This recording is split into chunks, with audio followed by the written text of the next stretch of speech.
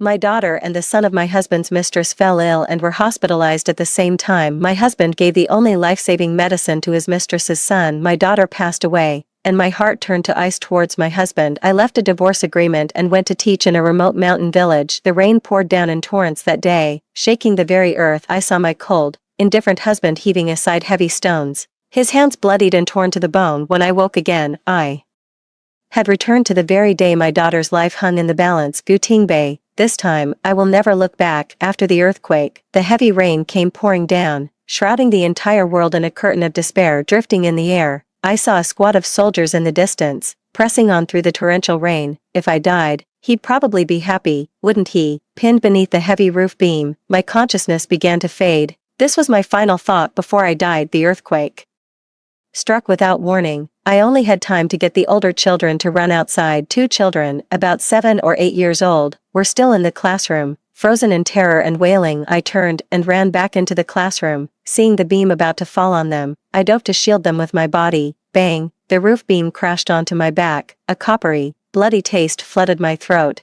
and even breathing was agony. I am not afraid of death. With my daughter gone, I've long been living like a walking corpse. I couldn't save my daughter 6 months ago, but today I will save these 2 children. I'm so glad I can finally go to see my daughter. And then, Mommy is coming for you. Consciousness slowly faded away, and the pain in my body vanished. When I came to my senses, I was floating in midair. Soldiers arrived at the scene and began organized rescue operations. Some survivors, having narrowly escaped death, embraced their families and wept with joy. Others had their lives claimed by the earthquake, leaving their wives, children, and elderly parents with no one to rely on. The village chief led a squad of soldiers to the area outside the classroom. Comrade soldiers, you've arrived just in time. The village teacher and 2 children are trapped under the rubble. You must save them, please. As he spoke, the village chief pointed at the ruins, his sun-darkened face etched with worry and urgency. Teacher Shen is still so young. He can't die here in our little mountain village. The lead soldier nodded and called for the others to help with the rescue. Through the heavy curtain of rain, a small black dot gradually came into focus. As he drew closer, my heart skipped a beat in shock. It was actually Gutingbe. He was tall and lean, with broad shoulders and a narrow waist. His resolute features and aura of integrity were deeply reassuring. It's a shame, but Gutingbe's shoulder was never meant for me to lean on. Why is he here instead of properly managing his big factory? Tingbei, looking lost, stopped a passing villager. Excuse me, where can I find Shin Yunshu? The villager looked utterly bewildered. I don't know who Shin Yunshu is, but there is a young female teacher in our village with the surname Shen. A flash of joy crossed Gutingbai's face. That's her. Please, take me to her. I'm her husband. The villager sighed with regret upon hearing this. There was an earthquake just now. Teacher Shen is trapped under the rubble in the classroom. The village chief is leading a rescue team right now. Go straight down this road, turn left, then keep going straight, and you'll see the village school. Gutingbei thanked them repeatedly and then sprinted toward the village school. Upon arriving outside the classroom, he immediately joined the rescue efforts without hesitation. Bricks, rubble, wooden beams. With no proper tools at hand, he could only move and dig through the debris with his bare hands. Gutingbei spared no effort, his hands gradually being scraped raw by the coarse bricks. Thin streams of blood welled up, only to be washed away instantly by the heavy rain. The young soldier beside him, seeing him act so recklessly, couldn't help but try to talk some sense into him. Comrade, I understand you're desperate to save them, but you still need to be careful about your methods. Gutingbei didn't even look up, moving aside another brick. These injuries are nothing. For every brick I move, my wife gets rescued a little sooner. The young soldier's pleas fell on deaf ears, so he turned and threw himself into the rescue effort. After about half an hour, the rubble was finally cleared. The 2 children I had shielded beneath me suffered only minor injuries and were taken home by their parents to recover. I was floating in midair, looking down at my own corpse. Well, this is certainly a novel experience. Gutingbei was stunned for a moment, then ran towards me. My body was somewhat deformed under the weight of the roof beam. Hardly a pretty sight. He knelt down beside me, and in a fluster, pulled me into his arms. Yunshu, I'm sorry I'm late, the man murmured, lost in thought. This past year, I've missed you every single day. I've missed Anan, and I've missed the days when our family of 3 was together. I'm sorry, I was such a fool, only realizing my true feelings after you were gone. Had I known letting you go would part us in life and death, I would never have agreed to your departure. As Gutingbei spoke, his eyes gradually reddened, as if tears were welling up. They mingled with the rain, Indistinguishable as tears or raindrops, Gu Tingbei was actually crying for me. Before I could even process my shock, I heard Gu Tingbei's frantic, desperate pleas. Yunshu, I love you. Please come back. I've already lost our daughter. I can't lose you too." The man's voice was filled with anguish. Like the mournful cry of a goose that has lost its mate, it was truly a heart-wrenching scene, enough to move anyone to tears. It's rather laughable, really. I fell in love with Gu Tingbei at first sight and later married him. Being his devoted wife for 6 years, I tiptoed around him, trying to win his affection, but he was so stingy with it. He always wore a cold expression, keeping me at a polite distance even at home, yet he was all warmth and care towards Jeannie and her son. He even chose her child over ours. The remorse and affection he shows now might be genuine, but the past indifference, neglect, and favoritism are what truly scarred me. Gu Tingbei prattled on to me about his sincere regret. I closed my eyes in anguish. Gu Tingbei, it's too late. You never valued my love before, and now I don't want yours. Our marriage was a complete mistake from the start. If I could do it all over again, I would never have married you. I finished speaking, my words hanging in the air for no one but myself, as if sensing something. Gu Tingbei looked up in my direction. I'm a spirit now. He shouldn't be able to see me, yet his gaze still sent a shiver through my soul. Then I plunged completely into darkness. "Doctor, how is my son? You have to save him. He's so young." Sob, a woman's voice, tinged with a sob, rang out, as pitiful and delicate as a lotus flower weeping dew. It made one ache to immediately pull her into an embrace and comfort her. That voice, it sounded so familiar. Who is it? I slumped against the cold wall, shaking my head hard. The blurry scene before my eyes finally came into focus. It was Jeannie. She collapsed, weeping pitifully, into my husband's arms. My husband, Gu Tingbei, held her loosely in his arms, his face etched with worry as he stared at her intently. The sharp scent of disinfectant hitting my nostrils snapped me back to my senses. The hospital. Jeannie, Gu Tingbei. A bold idea began to form in my mind. I've been reborn, returned to this very day a year ago when my daughter fell gravely ill. This time, I will save my daughter no matter what. As I was lost in thought, the doctor's voice sounded again, uttering the exact same words as in my past life. "Comrade Chin, rest assured, we will do everything in our power to treat the patient." The doctor paused, his gaze sweeping over us as he carefully chose his words. "Zhou Yang and Gu Suiyan have contracted the same illness. However,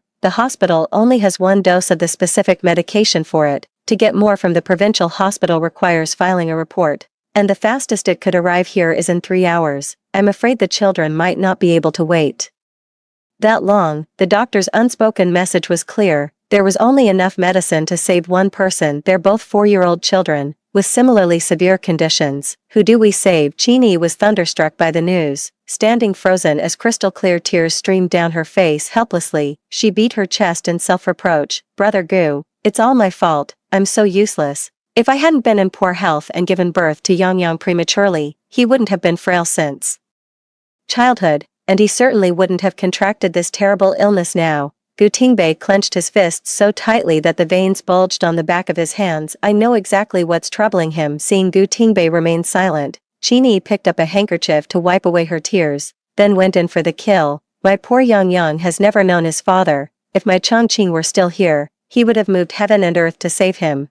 That's the same old story. The name Zhou Chongqing was practically Jeannie's secret weapon against Gu Tingbei, guaranteed to work every time. Gu Tingbei and Zhou Chongqing were the closest of friends, sharing everything with each other. For years ago, a major production accident occurred at the steel plant. Zhou Chongqing took the blow for Gu Tingbei, shielding him from the falling steel rod, but was fatally wounded himself and succumbed to his injuries. Upon hearing the tragic news, Jeannie was so distraught that she went into premature labor. Compounding this was Gu Tingbei's unspoken, clandestine feelings for Jeannie: admiration, heartache, guilt, a tangled web of complex emotions. So Gu Tingbei took great care of Jeannie and her son. When the child fell ill, when the pipes at home broke, or when the child got into a fight with another kid at kindergarten, all these trivial matters were handled by Gu Tingbei. Everyone in the compound said he was a man of loyalty and gratitude, who always repaid kindness. Only I knew how.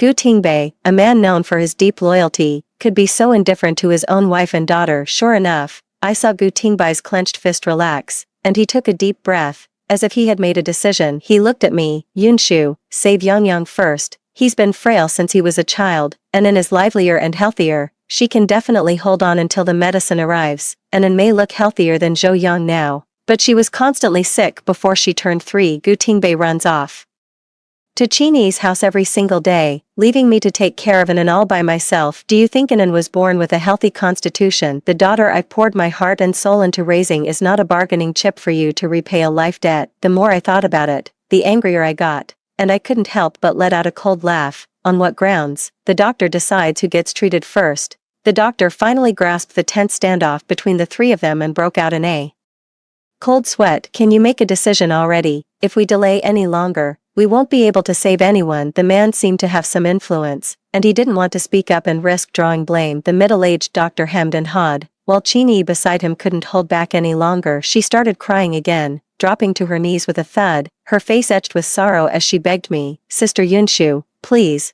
let Yang have the medicine. He was born premature and is too frail to wait. My family always favored boys over girls. I worked so hard to get into the steel mill and marry Zhou Chongqing, only for him to pass away so soon. Now, Yang is all I have left. Sister Yunshu, you're different from me. You've been blessed with a good life, a good family background, and a successful husband like Brother Gu, who doesn't envy your perfect family of 3. She was lost in her own story, and at the most heartbreaking part, she even tried to reach for my hand. Sister Yunshu, please, just give in this once. Give Yang a chance to live. Anan is strong and healthy. She can wait. Chini, how dare you ask my daughter to sacrifice herself for your son? I tensed my right hand, ready to slap her hard across the face, but it was caught in a firm, powerful grip. I didn't need to look back to know it was Gutingbei. Smack. I flung my left hand out with force, meeting Chini's shocked gaze, and sneered. Gutingbei is the one who owes Zhou Chongqing a life debt. Go collect from Gutingbei. My daughter owes Zhou Chongqing nothing. Gutingbei released my hand, turned to help Chini up, and still found time to scold me. State your case if you must, but what gives you the right to hit someone? I hit her because she deserved it, I roared, always playing the delicate, innocent victim to make Gutingbei side with her and her son without any limits. Brother Gu, it's alright, I don't mind. Chini refused Gutingbei's supporting hand, her beautiful eyes glistening with tears as she looked at me. Sister Yunshu, if you just agree to give the medicine to Yang, you can hit me all you want. Go ahead. As she spoke, she took my hand and guided it towards her own face. Enough. Gutingbei couldn't stand seeing Chini demean herself, so he decisively announced his decision. Yunshu, Chongqing saved my life. I can't just stand by and watch Yang die. He turned to look at the doctor. Doctor, give the medicine to Zhou Yang. I'll take full responsibility for any consequences. What makes you think you can bear the responsibility? In our past life, when Zhou Yang recovered and left the hospital, and Mayanan lost her life, didn't you go on living just fine even knowing the outcome? I still torment myself by listening to him say these things again. I turned away to wipe the flood of tears. Gutingbei, I always thought that since Zhou Chongqing saved your life, and you two are as close as brothers, it was only right for you to look out for him. That's why I tolerated how well you took care of Chini and her son all this time. I never said a word against it, but I never imagined you would so readily give up on your own daughter. Anan is truly unfortunate to have a father like you. Gutingbei attempted to defend himself. Yunshu, I'm not giving up on Anan. The doctor said the medicine could be sourced in as little as 3 hours. She'll be saved by then. I still owe Chongqing my life, after all. So you think you can repay Zhou Chongqing's life by trading our daughter's life for his son's? I stared straight at Gutingbei, my eyes brimming with tears, filled with fury and despair. Enough, Gutingbei. If you want to spend your life groveling for Zhou Chongqing's wife and child to repay your debt, I won't stop you, but since you've chosen to abandon Anan, from this day forward, you are no longer fit to be her father. I will save my daughter myself. With that, I shoved Gutingbei and Chini aside and strode quickly towards Anan's hospital room. The tiny child lay in the snow-white bedding, her face flushed with an unnatural, feverish glow. My Anan is still here in my past life. I trusted the doctor and Gutingbei, staying at the hospital desperately waiting for the medicine, but the medicine never arrived, and I lost my daughter forever. This time, I will save her no matter what. I walked to the bedside and scooped Anan up in my arms. Mommy, I feel so sick. Anan jolted awake, her eyes fluttering open groggily. The child's innocent voice felt like it came from another lifetime, and a mist of tears blurred my vision. I blinked, letting the tears fall, then forced a smile and spoke to her softly to offer comfort. Don't be scared, Anan, Mommy's here. Mommy will take you to a big hospital to see the doctor. Once you're better, you won't feel sick anymore. I gently patted Anan's little body and carried her as I walked out. I had just reached the doorway when I ran into Gu Tingbei. He frowned and said, "Where are you taking Anan?" I looked at him with eyes full of scorn, not wanting to waste any more time on him. "I'm taking Anan to the provincial hospital. Do you expect us to just stay here and wait for her to die?" After saying that, I tried to step around Gu Tingbei and leave, but he blocked my path. I was desperate to save my daughter and had little patience for him. "Get out of the way." Gu Tingbei was left speechless, but the moment he spoke again, I knew I couldn't afford to hold out any hope for him. "It's not safe for you to take the child to the provincial hospital alone, in an unfamiliar place. How about?" I looked at him with a teasing glint, asking on purpose, "So, Gu Tingbei, are you coming with us to the provincial hospital?" How could Gu Tingbei bear to leave Chini to go alone? She lost her husband and still has to care for a sick child. How heartbreaking. Probably not expecting me to be so blunt, Gu Tingbei was momentarily speechless, and the hand he had used to block me slowly lowered. "Yunshu, I remember one of your grandmother's former students works at the provincial hospital. Why don't you give him a call and ask for a bit of help? We really can't leave Yi and Yang Yang here unattended. The factory happens to be sending a truck to the provincial capital for a shipment. I'll go arrange for them to give you and your daughter a ride to the city hospital." Just as he said, the factory trucks only go to the provincial capital on official business, and it requires layers of approval. The whole process is a hassle. I can't afford to wait, and neither can Anan. "No need, I can arrange my own transportation." After I had just finished criticizing Gu Tingbei for being an unfit father to Anan, he seemed to have a sudden pang of conscience and showed a flicker of paternal concern. After all, I was in the wrong, so I couldn't speak with much conviction. "All right, you go ahead. I'll definitely come visit once Yang Yang's condition improves." I gave a non-committal response. Anyone can talk a good game. Easier said than done. I've heard that line too many times, and he always breaks his promise. If I could do it over, I wouldn't yearn for his love or believe his promises anymore. No expectations, no disappointments. I couldn't be bothered to look at him and just brushed past. I had to pull some strings and spend more money to finally find a ride to the provincial hospital. The car sped along the road, and the hot August wind rushing through the window tossed the hair on my forehead into a mess. In my anxious wait, time seemed to stretch on endlessly. An hour later, I arrived at the provincial hospital with Anan. A middle-aged man stood at the entrance, wearing black-framed glasses. He looked refined and amiable. I quickened my pace. "Uncle Zhao." Seeing me, the middle-aged man greeted me warmly. "Xiao Yun, you're here. I got your call an hour ago and I have a good understanding of Anan's condition. The provincial hospital can treat it, so don't worry." I breathed a sigh of relief and followed Uncle Zhao into the hospital. "Uncle Zhao, I'm so sorry to trouble you with this. I really don't know how to thank you enough." Uncle Zhao feigned anger, his smiling face falling to look genuinely upset. "Your grandmother was my esteemed mentor, and your father and I were the closest of friends. I've watched you grow up and think of you as my own niece. It was just a quick word to the doctor for Anan. No need for thanks. That's what family does." Uncle Zhao was a disciple of my grandmother. My grandmother was an heir to a family tradition of Chinese medicine. In her youth, she studied in the West and returned after completing her education. At a time of national crisis, she joined the revolutionary cause and became a military doctor. My grandmother met my grandfather while serving in the army, and they became comrades in arms. My grandparents had only one child, my father. My grandmother wished to pass on her medical skills to my father, but he had no interest in them. Instead, he was drawn to military life.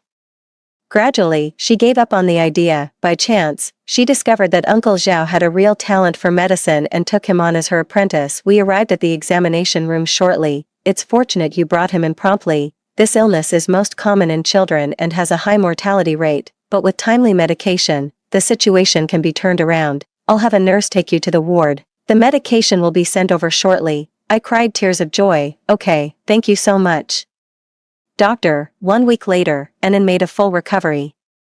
It was the day of my discharge from the hospital. I was packing my clothes while talking to Anan. Anan sat obediently on the chair by the bed, munching on an apple. "Mommy, are we going home today?" I looked at her and smiled. "So, are you happy, Anan?" The little girl lowered her head in thought, forgetting to eat her apple. "I don't want to go home. Yang Yang always takes my snacks and toys. Dad always says I'm the big sister and should let my little brother have his way. He's always hugging him, but he never hugs me." At the mention of her father, Anan's mood visibly sank. "Mom, Dad treats Yang Yang better. Does he not like me?" My marriage to Gu Tingbei was essentially arranged. My grandfather once saved Old Master Gu's life. Old Master Gu proposed we become in-laws. To further strengthen the bond between our families. As it happened, both my grandfather and Grandpa Gu only had sons, so the marriage arrangement was passed down to the grandchildren. After the founding of New China, my grandfather and Grandpa Gu were assigned to posts in different regions. The two families gradually drifted apart, only exchanging gifts during major holidays. My mother passed away from a hemorrhage when I was born, and my father was killed in the line of duty when I was 13. Our family of 5 was reduced to just my grandparents and me, clinging to each other for survival. Both of my grandparents served in the war when they were young, which left them with many chronic health issues. They passed away 6 years ago, one after the other. At that time, my grandfather was gravely ill and worried about me being alone with no one to rely on. Grandpa Gu often boasted in his letters about his eldest grandson, saying he was an upright man with a bright future ahead of him. So, my grandfather got the idea of setting me up with Gu Tingbei. I was non-committal. If getting married would put Grandpa's mind at ease, I was willing to go along with his wishes. I was pleasantly surprised to run into Gu Tingbei right before we went to get our marriage license 6 months ago. I was nearly harassed by some thugs while walking through a secluded alley. Gu Tingbei descended like a god, taught those villains a lesson, and even had them hauled off to the police station. As it was getting late, he was concerned for my safety and insisted on seeing me home. Most women admire heroes, and I'm no exception. It's just that everything happened so fast that day, I never got the chance to ask his name or where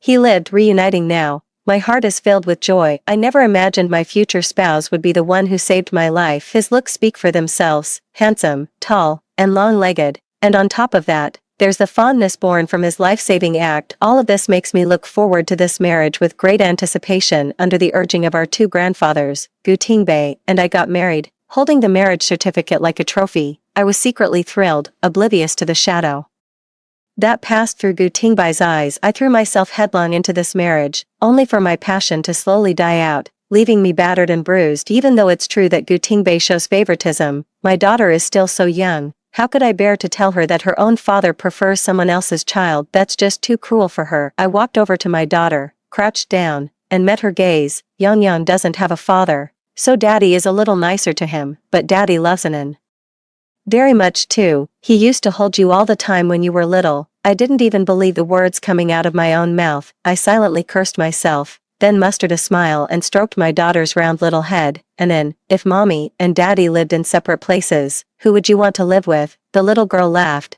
threw herself into my arms, and answered brightly, I love mommy the most. I want to be with mommy. Children understand more than we think. They know who truly loves them. I smoothed Anan's 2 little braids and picked her up with one arm. Mommy and Anan will always be together. How about we go home now? Okay. It was already 4 in the afternoon by the time I got home. A fine layer of dust covered the tables and chairs. I suppose Gu Tingbei has been spending all his time at the hospital, with no chance to clean. He shows no concern for his own wife and daughter, yet fawns over his best friend's wife and son like an eager lapdog. I gave the living room and Anan's room a quick tidy, then took her downstairs to buy groceries. Downstairs, many of the neighborhood women were outside with their children, letting them play. As we passed by a large tree, the factory director Wu's wife called out to me, and a few other women gathered around, curious to see what was happening. Xiaoyun, I heard you took Anan to the provincial hospital. Is she feeling better now? I gave Anan's hand a little squeeze and chimed in with a smile. Thank you for your concern,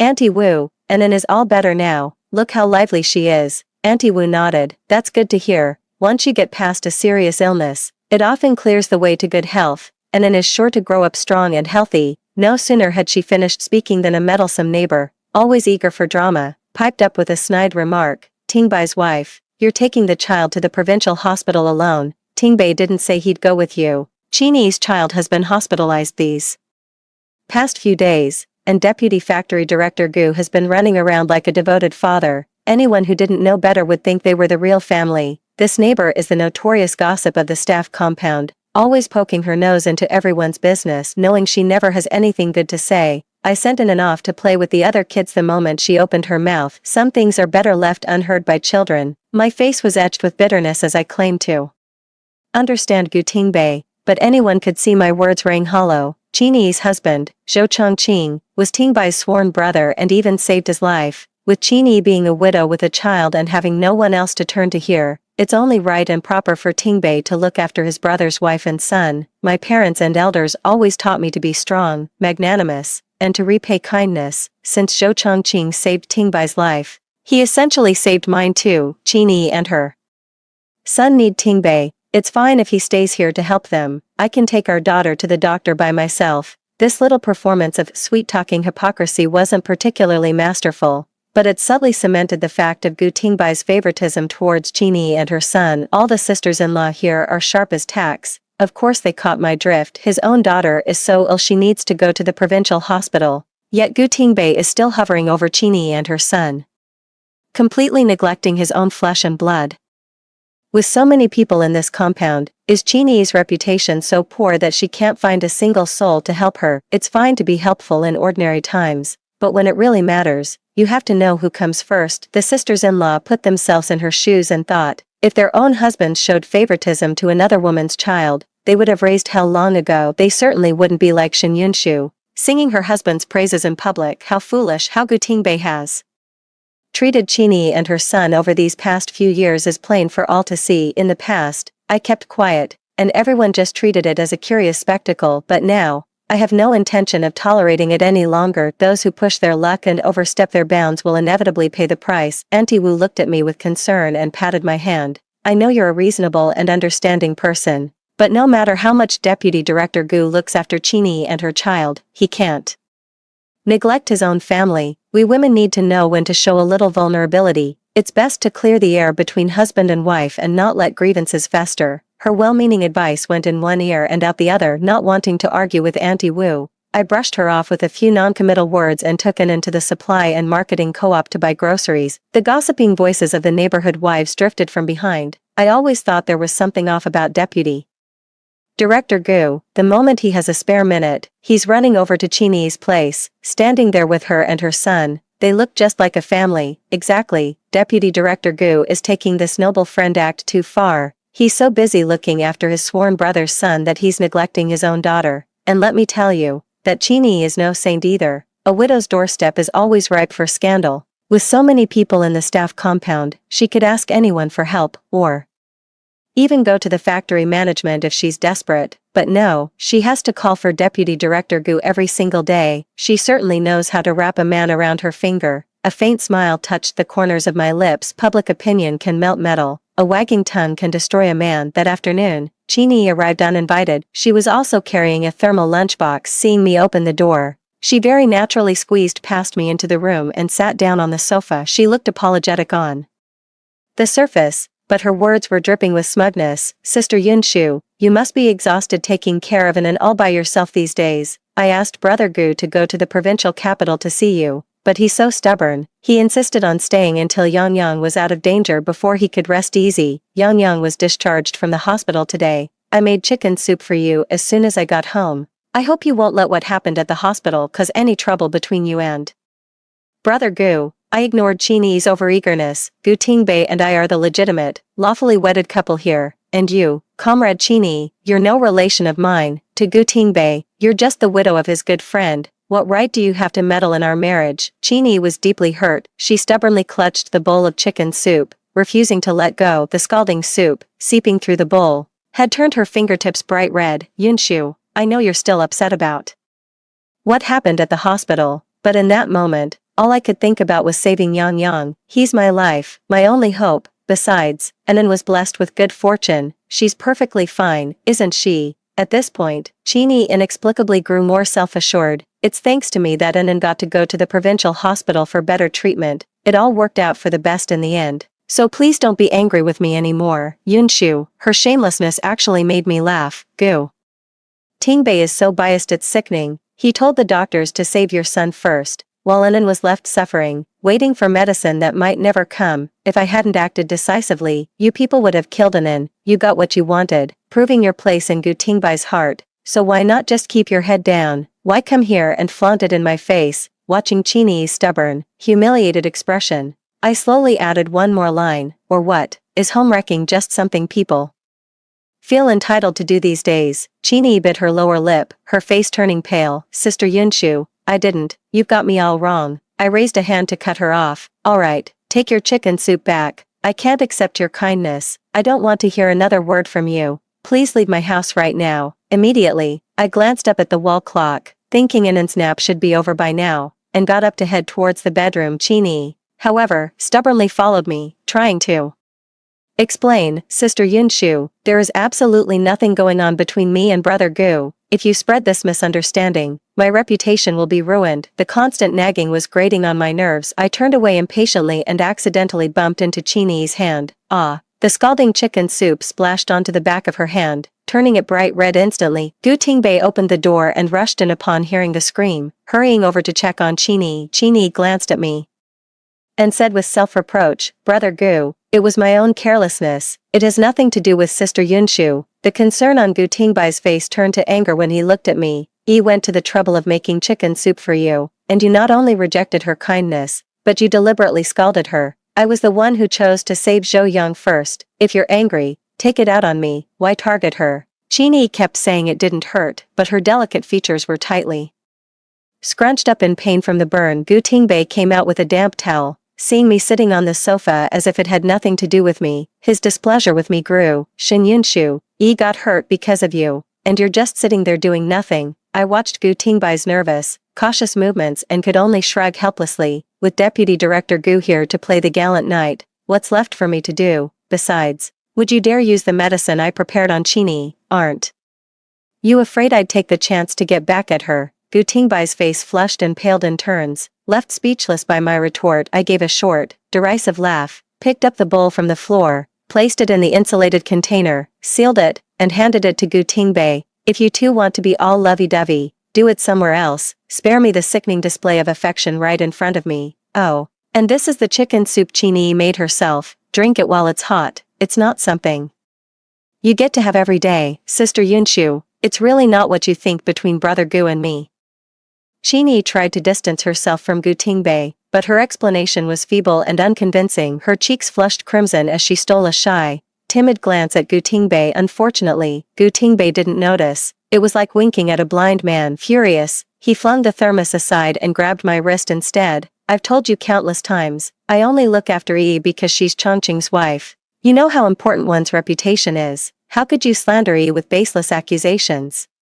Now, apologize to her." Rage consumed Gu Tingbai's reason. His hand tightened its grip, squeezing the breath and pain from me. Unable to break free, a desperate idea struck. I pressed hard on the nerve in his arm. My grandmother was versed in both Eastern and Western medicine, and growing up around her, I gained an intimate knowledge of the body's pressure points. Gu Tingbei indeed released his grip, clutching his arm and sucking in a sharp breath through his teeth. "Slander," I sneered mercilessly, watching coldly as Chini fussed over Gu Tingbei. "You get a burn and I'm the one who's heartbroken. I get a nerve pinched and you're the one in a panic. With the way you two are all over each other without a care in the world, what a wonderfully pure friendship between a man and a woman." Chini's hand jerked back abruptly. Her eyes brimmed with tears, wide open as she refused to let them fall, clinging to her last shred of defiance. "Yunshu, I only see Brother Gu as my benefactor. Why do you keep slandering me? What have I ever done to you? Will you only be satisfied when I'm dead?" With that, she darted out like a butterfly. Gu Tingbei was frantic. A powerful force slammed into me as he loomed over me with a warning. "If anything happens to Yi, you'll have me to answer to." The man shoved me aside casually, as if discarding an irrelevant object. A sharp pain shot through my lower back.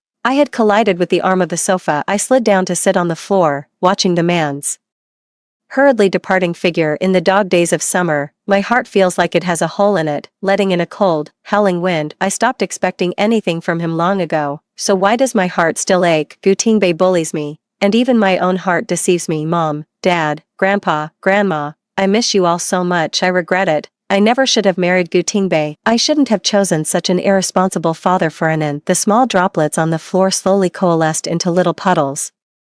As if mocking my delusions and foolishness, I buried my face in the crook of my arm and let myself cry in silence. I don't know how long I had been crying when I felt a gentle tap on my shoulder, followed by my daughter's sweet, childish voice. "Don't cry, Mommy, Anan is here. Let the hurt fly away." My body went rigid. I absolutely cannot let my daughter see me in a moment of weakness. I quickly wiped my tears with my sleeve and looked up at her, and then earnestly grabbed a handful of air from my shoulder, moved it aside, and let it go, murmuring to herself, "Pain, fly away, pain, fly away." Before she turned 3, Enin was often in the hospital, and this is how I would comfort her each time she got a shot, or in 4 I told her that mommy could catch all the pain, so Enin wouldn't feel a thing during the shot. I never expected she would comfort me the same way today. Deeply moved, I gathered Enin's little body into my arms. Enin is amazing, mommy doesn't hurt at all anymore. For the sake of Enin, whom I got back, I must find my strength. Mom, Dad, Grandpa, Grandma,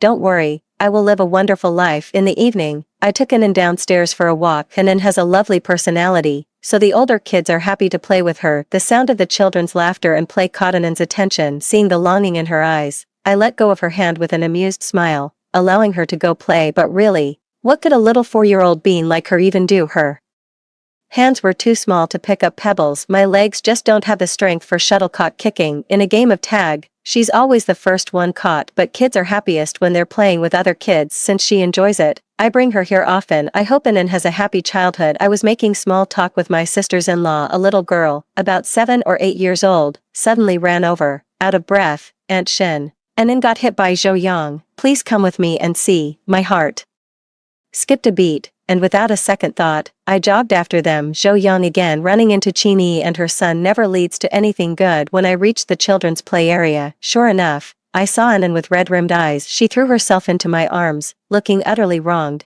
After I gently comforted her for a while, I finally turned to ask what had happened. Lan Lan, who had been guiding me, quickly explained the whole story. Just now, Enin had been sharing her peppermint candies with everyone. Zhou Yang happened to run over and see it. He demanded in a bossy, overbearing tone that he wanted some too, but Enin disliked him and refused to share her candy. Zhou Yang, not taking no for an answer, tried to snatch it. Enin held on, but he shoved her to the ground. Seeing Enin in tears, Zhou Yang pushed his luck and went for her little shoulder bag. The other kids, sensing something was wrong, held Zhou Yang back while sending Lan Lan to get me. I carefully examined the exposed skin on Enin's body and found her right palm was red and swollen. It was clearly an injury from being pushed down. Zhou Yang apologized to Enin. I grabbed Zhou Yang as he tried to slip away, crouching down to look at him sternly. Unable to break free, Zhou Yang screamed at the top of his lungs, "Let me go! Let me go! Why should that worthless girl have so many candies and not share any with me?" He hurled insults without restraint. A child's words and actions are a direct reflection of their parents.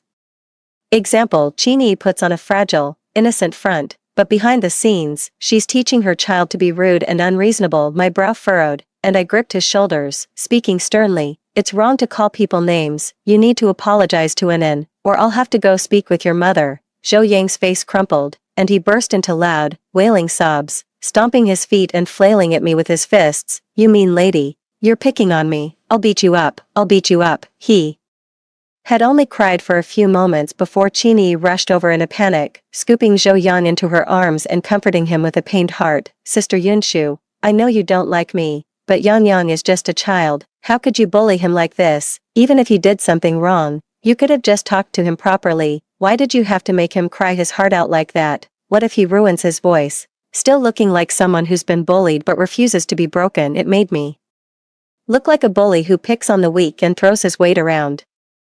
The onlookers, unaware of the truth, began to pity Qingyi. That poor child is crying so pitifully. A mother's heart just can't bear to see this. What kind of trivial matter could drive a child to this state? They're just taking advantage of the fact that Qingyi's husband passed away early, leaving the family without a pillar of support. Qingyi successfully seized the moral high ground, a flicker of triumph flashing in her eyes. I can't just stand by and let her drag my name through the mud. If you sisters-in-law want to criticize me, shouldn't you get the full story first? Zhou Yang was the one who came out of nowhere to snatch Enin's candy. When she wouldn't give it to him, he cursed at her, pushed her to the ground, and scraped up her palms. I took Enin's hand and showed it to everyone, my gaze fixed on Qingyi. "Do you know what your son called my daughter? He called Enin a worthless girl. Zhou Yang is only 4 years old. If no one taught him, how would he know such things?" "Comrade Qingyi, you're a woman too. Are you saying you're worthless as well?" Our great leader always championed the idea that women hold up half the sky, yet Comrade Qingyi clings to outdated notions, treating daughters as a financial burden. Her ideological awareness clearly needs improvement.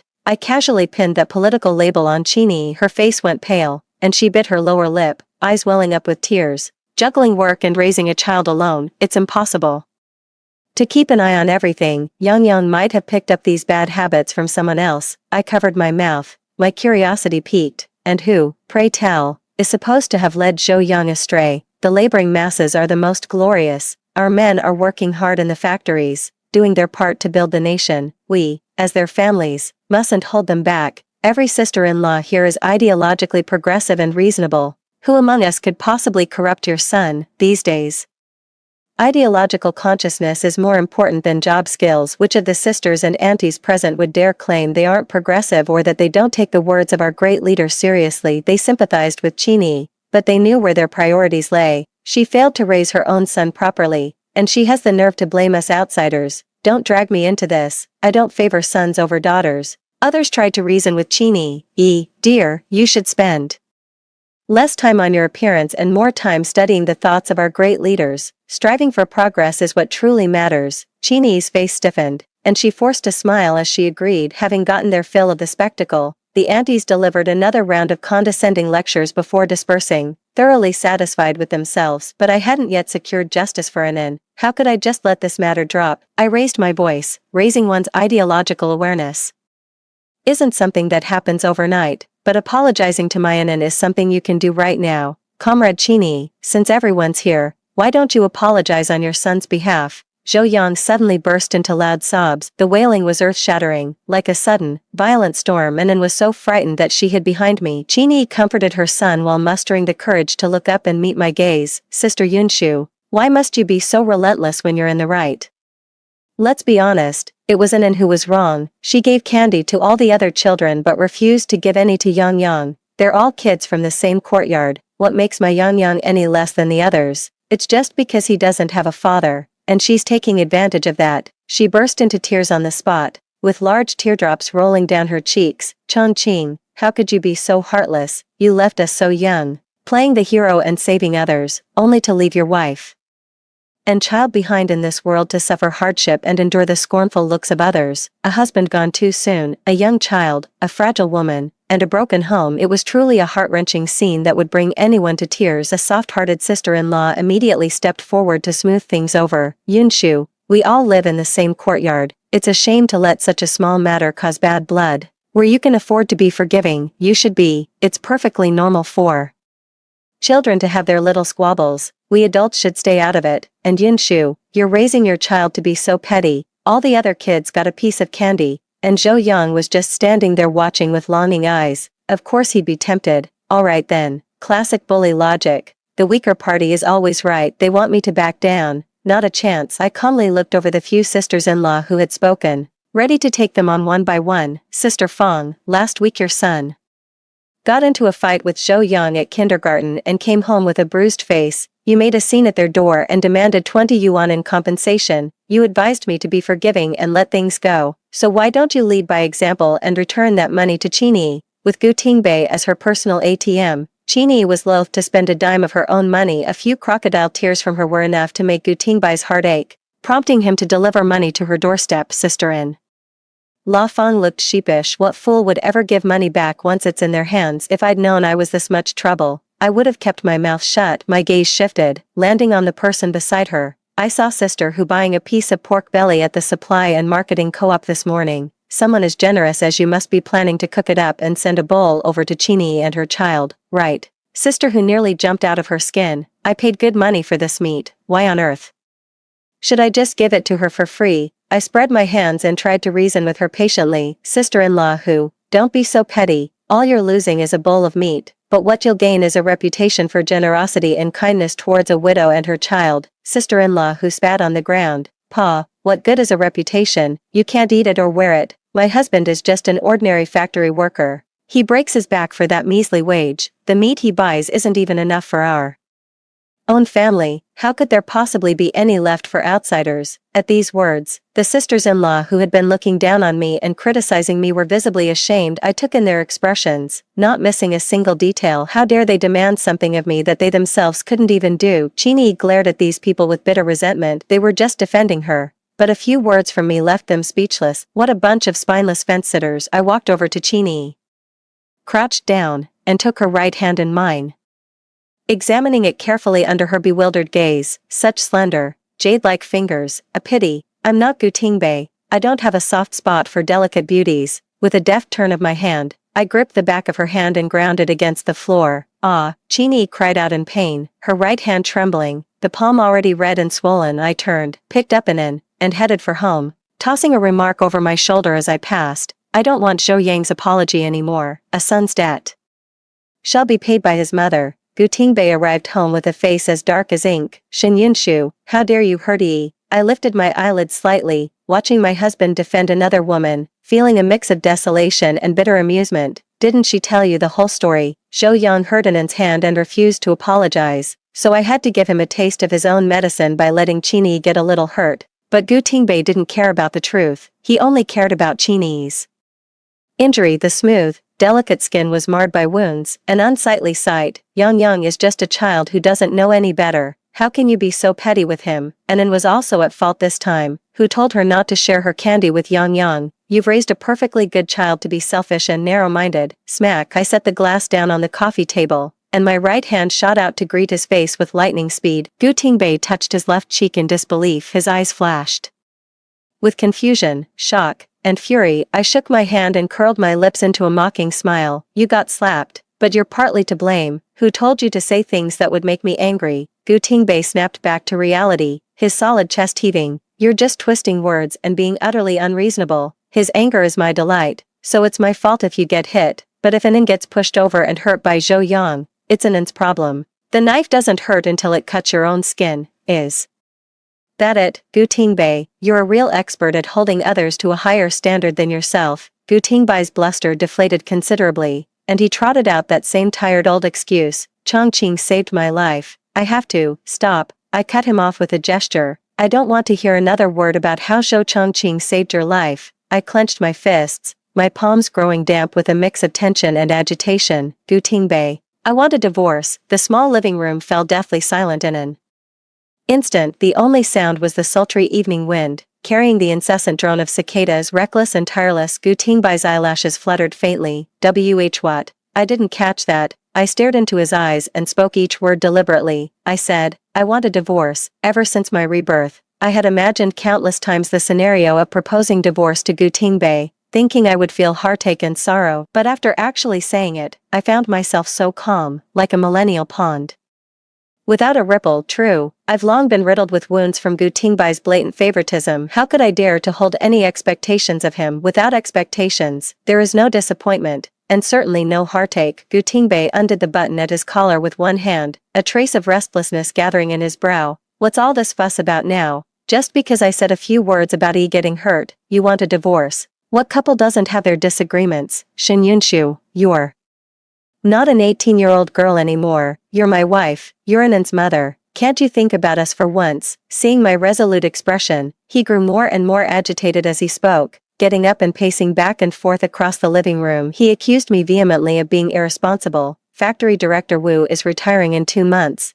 This is a critical moment for my career advancement. If we get a divorce now, what will everyone at the factory think of me, if I can't even manage my own household? How can they trust me to run the entire steel mill? And what about Anan? She's still so young. Do you really want her to grow up without a father, to be mocked for coming from a single-parent home?" In this marriage, Gu Tingbei was physically present but his heart belonged elsewhere. I thought he would agree to the divorce without a fuss. I never expected him to react so strongly. "But so what? Betray me once, and I'll never trust you again. I will never look back." I scoffed and shot back a retort. "What kind of a father are you? You're no father at all. Other fathers cherish their children, wanting to give them the very best, and you'd heartlessly abandon your own daughter just to repay a debt of gratitude. How you choose to repay the favor is your business, but I will never allow Anan to be used as a prop to showcase your gratitude and selflessness." A fraction of the irritation in Gu Tingbei's heart dissipated. He thought I was still hung up on what happened at the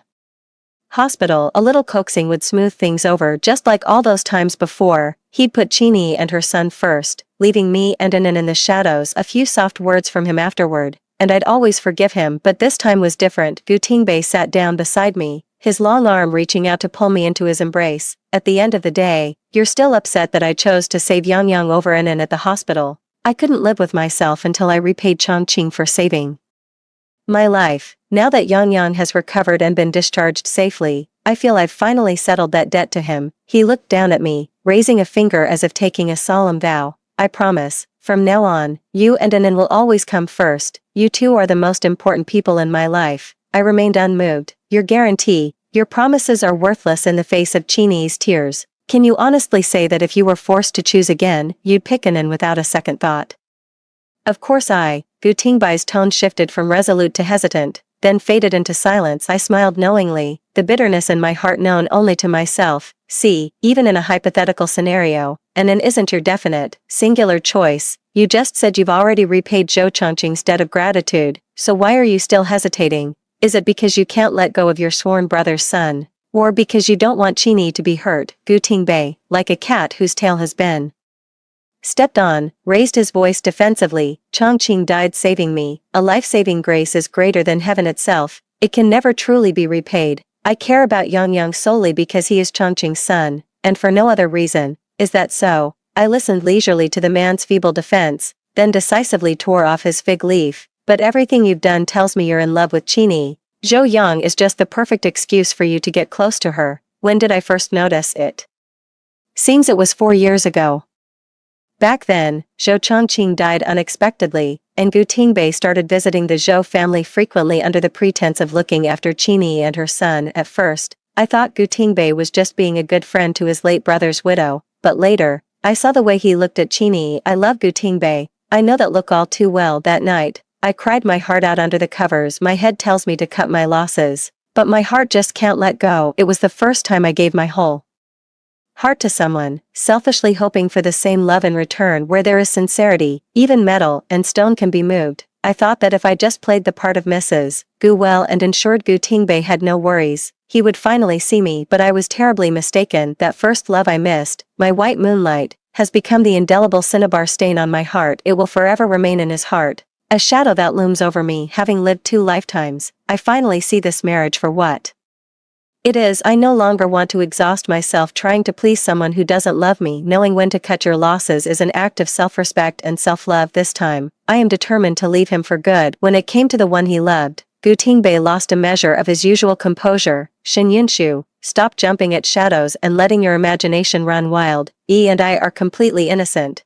I have nothing to be ashamed of before you, or before Chongqing." "Gu Tingbei, you might fool others, but you can't fool yourself or me. I once gave you my genuine heart, so I know exactly what it looks like to truly care for someone." I didn't wait for his rebuttal. Gazing into the ink-black night, the clamor of cicadas stirred memories of the past. "Do you remember when I was in confinement after giving birth to Anin?" Gu Tingbei looked utterly bewildered. He clearly had no recollection. "Just days after I had Anin, there was an accident at the steel mill. Zhou Chongqing died saving you." When Qini heard the tragic news, she went into premature labor. "You spent every day and night by her and her newborn's side, preparing formula, washing diapers, having soup specially made for her to drink. You performed every duty a husband and father should. Qini basks in your meticulous care, while I'm left alone to look after Anin. The winter water is so bitterly cold, yet my husband is washing diapers for another woman's child, completely neglecting his own wife and daughter."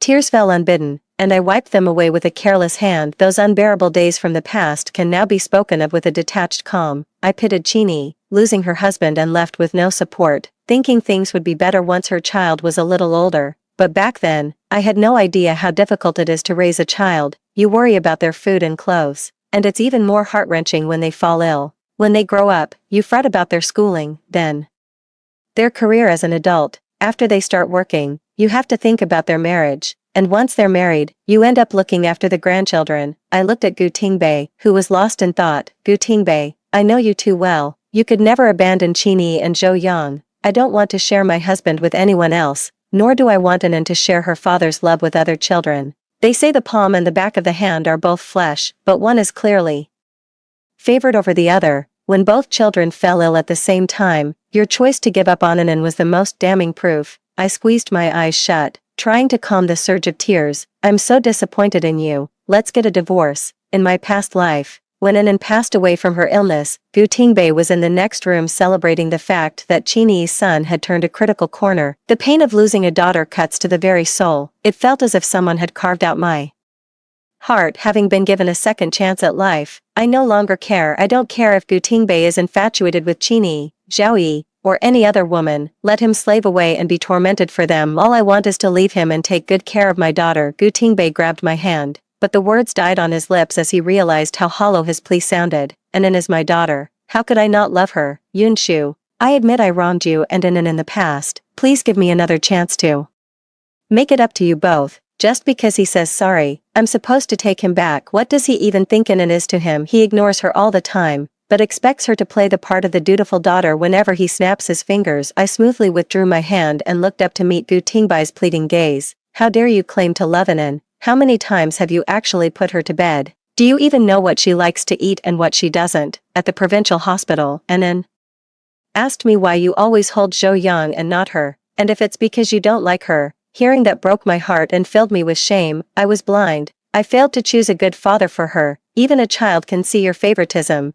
Do you think pretending to be deaf and dumb makes all that partiality and neglect disappear? The barrage of questions caught Gu Tingbei completely off guard. The strength gradually drained from his hands, and they fell limply to his sides. His thin lips moved slightly, his voice hoarse and low. You have to believe me. I do love Anan. Actions speak louder than words. What a joke. This so-called fatherly love, that's all talk and no action. If you can believe him, then pigs can fly. I didn't say whether I believed it or not. I declared with absolute certainty, maybe so, but Anan can't compare to the place Qini and her son hold in your heart. Anan is my treasure. Not just another option you can discard at any time. I went into the bedroom, picked up my pajamas, and got ready to go sleep with Anan. I turned around and collided with a burning embrace. I tried to pull away, but a large hand caught me around the waist, leaving me no escape. In frustration, I beat against Gu Tingbai's chest and chided him softly. What are you doing? Let me go. Gu Tingbei looked down at me from his superior height, desire swirling in his eyes. It's been so long since we've shared a bed. You said you needed to stay with Anan because you were worried, but she's fine now, full of energy every day. What's your excuse for sleeping in separate rooms now? He lowered his head, his hot breath grazing the side of my neck. We're still husband and wife. Don't we have certain marital obligations to fulfill? I turned my head away, a wave of inexplicable disgust washing over me. But when you think about it, that's just the kind of man Gu Tingbei is. He clings to the memory of Qini while staying married to me, and he demonstrates his deep affection for her by treating me and Anan coldly. Ah, what a devoted, yearning, silently guarding admirer he is. I shoved Gu Tingbei away and calmly called him out on his little scheme. Who wants to fulfill any marital duties with you? If I'm unwilling, you'd be violating my consent. Are you trying to harass me? The only reason you're refusing the divorce is because you can't bear to lose the conveniences I provide, and you're worried I'll ruin your career prospects. Who are you putting on this act of reluctance for? You'd be better off spending that energy currying favor with Qini. Maybe if you please her enough, she'll agree to marry you a second time. Gu Tingbei stubbornly refused to get a divorce. I had no choice but to go to his direct superior. I wanted Director Wu to persuade Gu Tingbei to agree to the divorce. Gu Tingbei, having somehow gotten wind of the news, rushed over to stop me. He said we were just having a minor disagreement and that it wasn't serious enough to lead to divorce. Director Wu gave Gu Tingbei a mild, perfunctory scolding before cheerfully advising us to take good care of each other. Gu Tingbei thumped his chest and promised he would give way to me. I let Gu Tingbei lead me away. A profound sense of helplessness welled up inside me. That's just the way things are these days. It's incredibly difficult to get a divorce unless both parties are willing. From then on, Gu Tingbei seemed to have a complete personality overhaul. As if he'd taken the wrong pills, he stopped orbiting Qini and her son. He came home early every day and was very patient with Anan. He played games with her,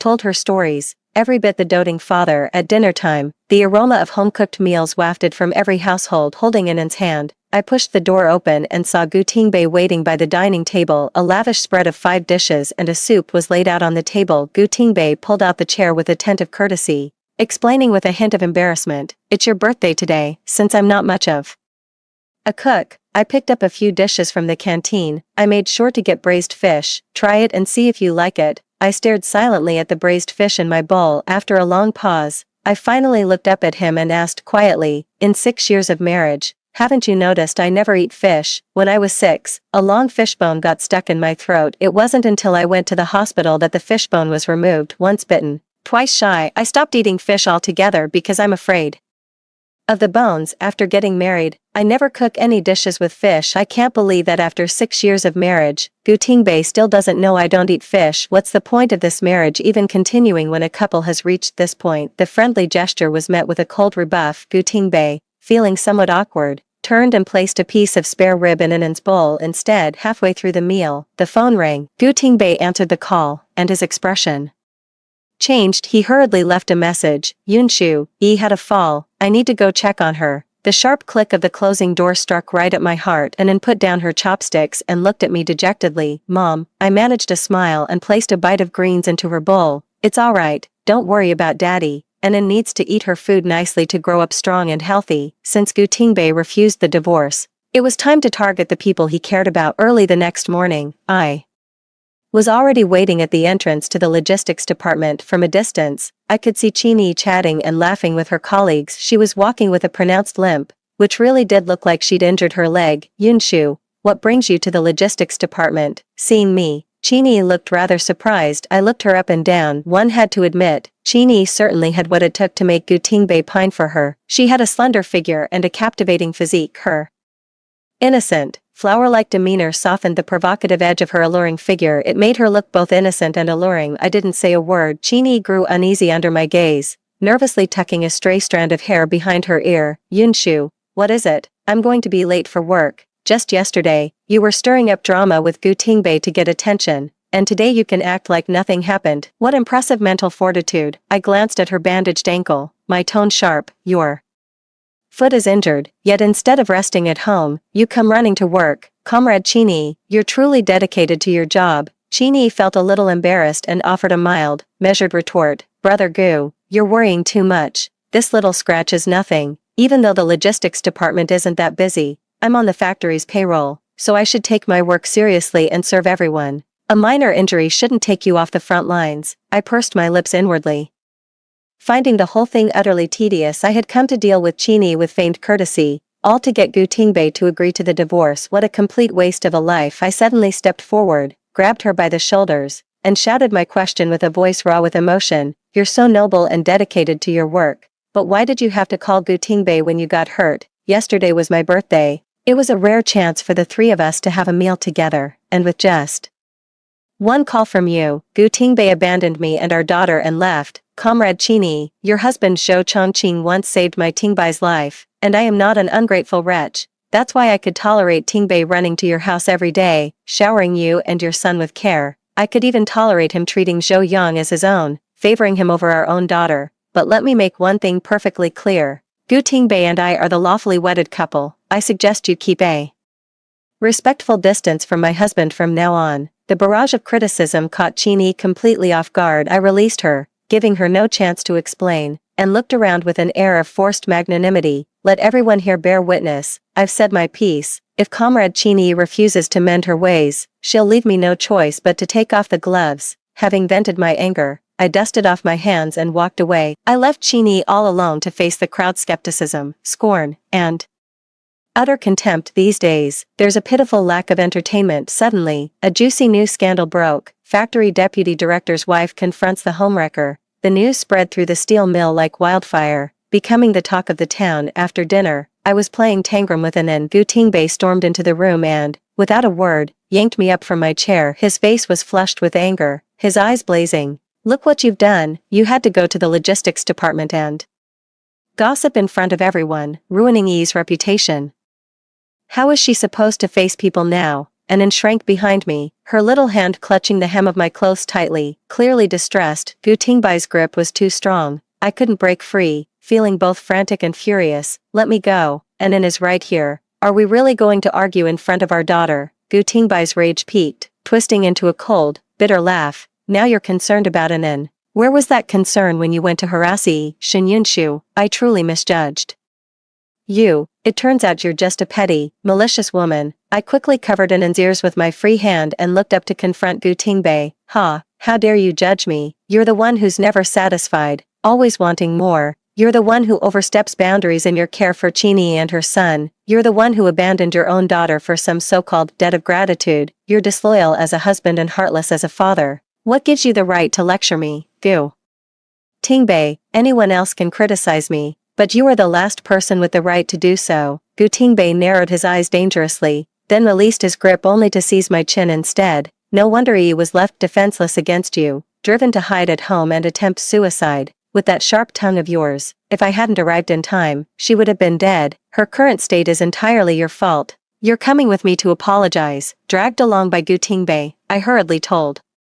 And then to stay put in the bedroom, I reached the living room and, ignoring the pain in my wrist, wrenched free from Gu Tingbei's grip. A sneer curled my lips, naked and contemptuous. It's true I exposed your dirty little secret, but the ones who forced my hand are you. Chini knew you had a family, yet she used the debt of saving her life to cozy up to you like you were her own, and you, knowing full well you shouldn't covet a friend's wife, used repaying a kindness as an excuse to get close to the woman you wanted. You're not naive children, you both knew what the other was thinking and chose to play along without saying a word. What, is this game of push and pull so thrilling it's become an addiction for you? Shin Yunshu, Gu Tingbei was furious with humiliation, while I leisurely settled onto the sofa. I know my own name, you don't need to emphasize it, an apology is out of the question. This is just the beginning. Don't worry, Chini hasn't gotten what she wants yet. She certainly won't be willing to die young. Gu Tingbei clenched his fists until they creaked, but I remained utterly unperturbed. Angry, are you? If you refuse the divorce, you're going to get a whole lot angrier. Life in the staff compound is so dull. I think everyone would be thrilled to hear a few choice stories about Deputy Director Gu and Chini. The man's sharp gaze fell upon me. Are you threatening me?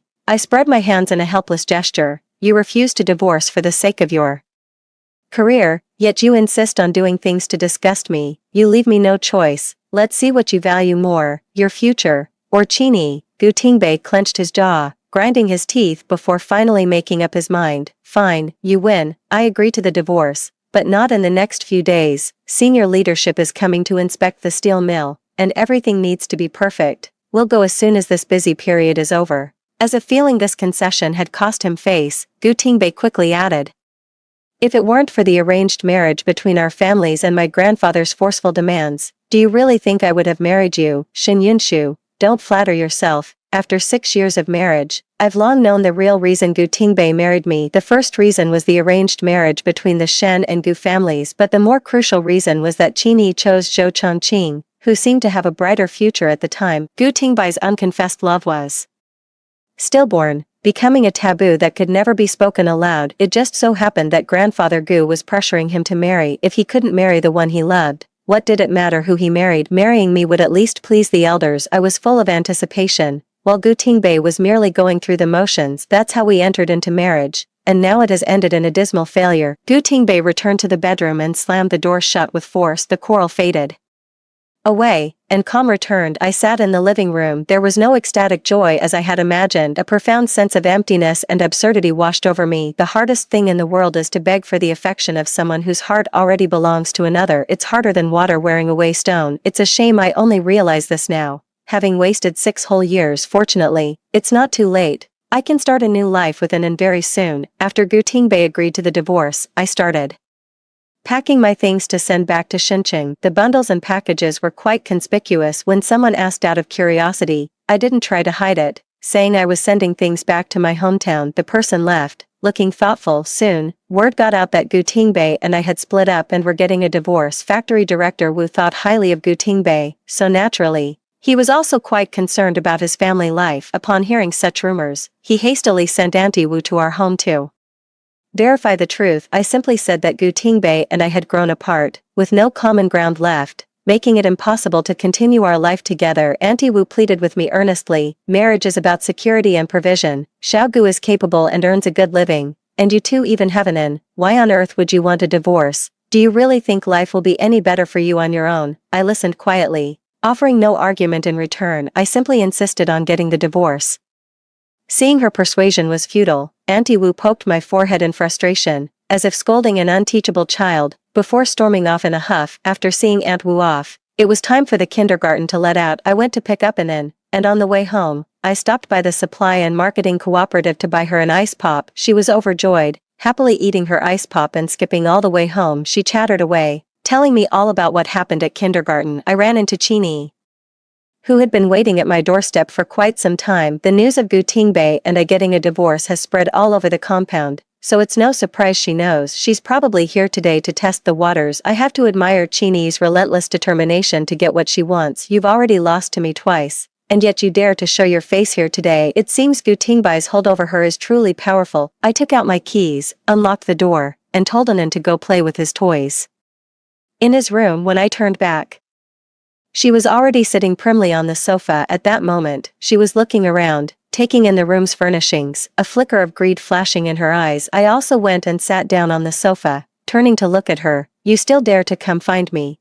Aren't you afraid of what I might do to you? Chini was utterly unconcerned, smiling with a brazen confidence. Surely Sister Yunshu wouldn't kill me with her own hands just to vent her anger, would she? You have to give something to get something. As long as the outcome is good, all the sacrifices and grievances are worth it. Suddenly, as if remembering something, she asked curiously, Sister Yunshu, I heard you and Brother Gu are getting a divorce, is it true? I put down the water glass and looked at her with a smile. Absolutely, we'll go file for divorce as soon as he's done with this busy period. Chini got the confirmation she was hoping for. A smile tugged at the corner of her mouth, which she struggled to suppress.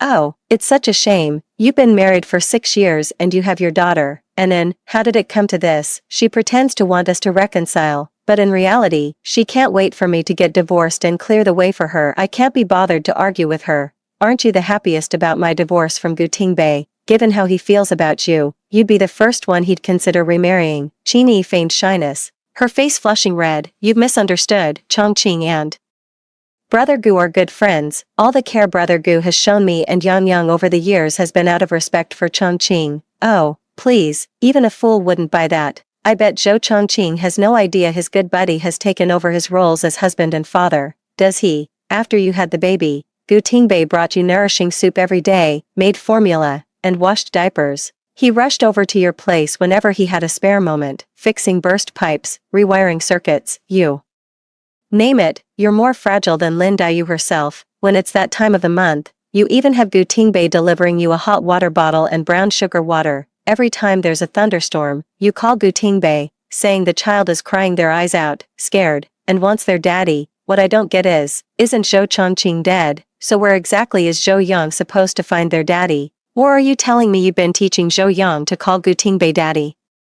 All along, you can't judge a book by its cover, can you? To think you'd have designs on a married man. A few years back, they'd have paraded you through the streets with a sign around your neck. Chini looked like a frightened rabbit, her eyes red-rimmed. Sister Yunshu, how could you think of me like that? Yang Yang is so pitiful. He never even knew his father. I always show him Chongqing's photo and teach him to say daddy. I let out a scornful laugh. It's just the two of us here, so drop the act. You chose Zhou Chongqing back then because he had better prospects, didn't you? But you never expected him to die young, cutting your comfortable life short. After weighing your options, you decided Gu Tingbei is the best fit for you. First, there's the brotherly bond between Zhou Chongqing and Gu Tingbei, and second, Chini's face gradually paled. I deliberately paused. You knew all along that Gu Tingbei had feelings for you. So after Zhou Chongqing died, you used the pregnancy and the child to ensnare Gu Tingbei, insinuating yourself into every corner of his life. People always value what they've invested in the most. Last time at the hospital, when Gu Tingbei chose to save your son first, even over his own daughter,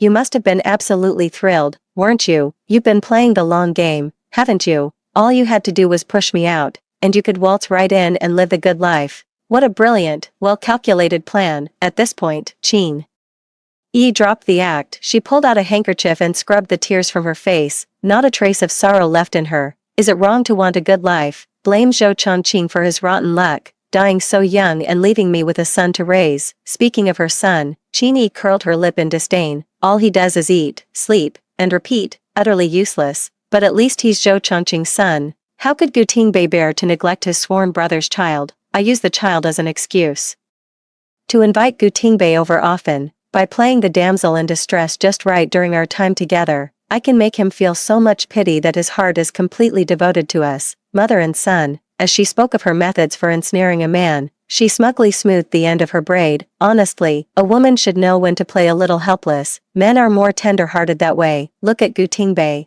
He's utterly devoted to me, can't bear to let me go, isn't he? How sickening, to dress up seducing a married man in such noble-sounding words. I frowned in disgust, having no desire to continue this conversation with her. Fine, you're about to get what you want. You can have Gutingbe. May you live a long, happy life together, full of love and devotion. I waited patiently for Gutingbe to finish his work early so we could go file for divorce. Instead, I first received a visit from Grandpa Gu. The small living room was so quiet you could hear a pin drop. The atmosphere instantly grew tense. The door swung open and then shut. Gutingbe was overjoyed to see his grandfather. Grandfather, what brings you here? Old Master Gu lifted his gaze, his authority palpable even without anger. Kneel. Gutingbe was bewildered. Grandfather, I said kneel. Grandfather Gu's tone sharpened, growing even more severe. A lifetime of military service and high command had imbued him with a natural, oppressive authority. Gutingbe was both in awe and fear of his grandfather, though he didn't understand why he had to kneel. His body obediently sank down a notch. Thud, his knee hit the floor with a sickening crack. Old Master Gu stood up, snatched his cane, and started whacking Gutingbe while berating him. You've got some nerve. You're just a deputy factory manager and you already want a divorce from Xiaoshu. If you climb any higher, will you even remember which way the family gate faces? The cane landed with a solid, sickening thud against his body. Gutingbe winced in pain but dared not dodge, gritting his teeth and taking the beating. Shen Yunshu, you actually told on me. This is a complete injustice. I won't admit to something I didn't do. Grandpa Gu was so angry he was huffing and puffing. Don't you dare blame Xiaoshu. She didn't tell on you. It was Director Wu who called me. You and Xiaoshu have been married for 6 years. She's managed the household and borne your children. What has she ever done to wrong you? And you actually want a divorce, now that you've made a name for yourself. You think you can just cast aside your wife and daughter? How could our Gu family produce such an unfilial descendant? Rubbing the spot where he'd been hit, Gutingbe muttered, the marriage was arranged by you all in the first place. It's not like I wanted to marry Shen Yunshu. The room fell silent. Grandpa Gu heard his grandson's words loud and clear, and was nearly knocked over by the sheer force of his anger. His finger trembled as he pointed at Gutingbe. It's true our families arranged our marriage when we were children, but before the wedding, I asked for your opinion, and you said you'd follow the family's arrangements. Now we're married, our child is 4 years old, and you're blaming it on an arranged marriage. If you were truly unwilling, how could we have Gutingbe, don't use the arranged marriage as an excuse. You're just selfish, cowardly, and irresponsible. That's why you blame everyone and everything else. Gutingbe, unable to lift his head under the barrage of criticism, decided to drag me down with him. It was clearly Shen Yunshu who forced me into this divorce. Grandpa, why are you only criticizing me? Grandpa Gu settled back onto the sofa and snorted coldly upon hearing this. Why would Xiaoshu want to divorce you? It's because you've been a failure as a husband. I had someone look into it. You've been cold and distant to Xiaoshu and my great-granddaughter, all for some so-called debt of gratitude. While you lavish attention on that woman and her son, I've lived long enough to see right through your little game. If you already had someone else in your heart, you never should have agreed to marry Xiaoshu in the first place. And once you were married, you should have been devoted to her alone, not trying to have your cake and eat it too. Gutingbe, you've let me down terribly. Grandfather Gu berated Gutingbe with profound disappointment and anger. After scolding him for a good while, Grandfather Gu, having vented his anger, picked up the glass of room-temperature water from the tea table and downed it in one gulp. Following a brief silence, the sound of a cane tapping the floor echoed. Enough, it takes two to tango. I don't care whether this comrade Chini is good or bad, but the fact remains that she wrecked your marriage. Keeping someone like that in the steel mill will only corrupt the workplace culture. If the other female workers follow her example, using their youth and looks to break up their supervisors' marriages in a bid to climb the ladder, the whole place will descend into chaos. I'll have a word with the mill management and arrange for her transfer to a county-level steel plant. How can the pay and benefits at a county plant possibly compare to those at the municipal steel mill? Besides, in a state-owned enterprise, every position is already spoken for. What decent job could possibly be left for Chini? Gutingbe felt Chini's punishment was too severe. He immediately crawled on his knees to his grandfather to plead for her.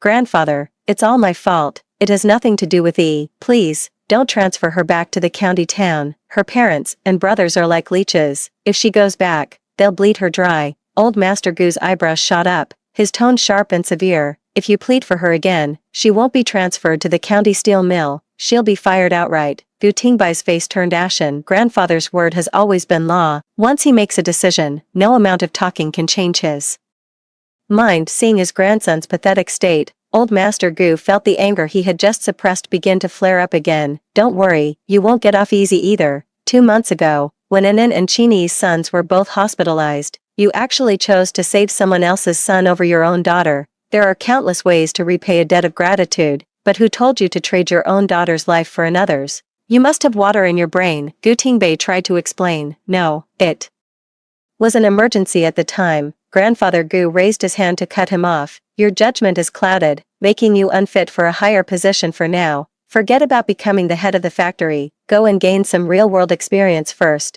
It's perfect timing. The steel mill in Yong province is expanding and building several branch factories in the county. You can go there and contribute to national development. Hopefully, the northwestern sun will dry out the water in your brain. I rubbed my fingers together quietly, a wave of emotion welling up inside me. Compared to here, Yong province in the northwest is truly a harsh place. Grandpa Gu made the tough decision to send Gu Tingbei to the northwest, both to teach him a lesson and to stand up for me. Despite his age, he traveled a great distance to back me up and defend my honor. How could I not be moved? Gu Tingbei was seething with resentment over the punishment he was about to face. Grandfather, what kind of spell has Shen Yunshu cast on you to make you so biased in her favor? Blocking my promotion is one thing, but now you're transferring me to the northwest. Grandfather Gu raised his cane and gave him another whack. You've made your bed, now you must lie in it. Who else can you blame? If you weren't my own grandson, the punishment would be far more severe. In the end, it's the Gu family who is Ron Xiaoshu.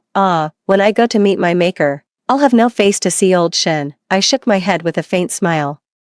That's not true, Grandpa. My grandfather wouldn't blame you, and neither do I. Marriage is a gamble to begin with. I was the one who decided to marry Gu Tingbei, and I'm willing to accept the good with the bad. What's more, I still have Anin. She is my greatest hope and comfort. What Gu Tingbei did has nothing to do with you. Please don't blame yourself. You've traveled all this way and gone to such trouble to stand up for me. If my grandfather knows of this in the afterlife, he would be just as grateful as I am. At the mention of his old friend, with whom he had shared a life and death bond, Grandpa Gu sighed, sinking into boundless nostalgia and regret. Grandpa Gu then shifted the topic, speaking up to persuade me to stay for Gu Tingbei's sake. Xiaoshu, that woman is about to return to the county and will never cross paths with Tingbei again. I've also given Tingbei a severe punishment, and I believe he won't dare to make such a mistake again. Anan is still so young. Have you thought about how much hardship you'll face raising her all by yourself? He won't dare to make a mistake. Not that he won't make one. What's the point of temporary suppression? Once old Master Gu and his parents are gone,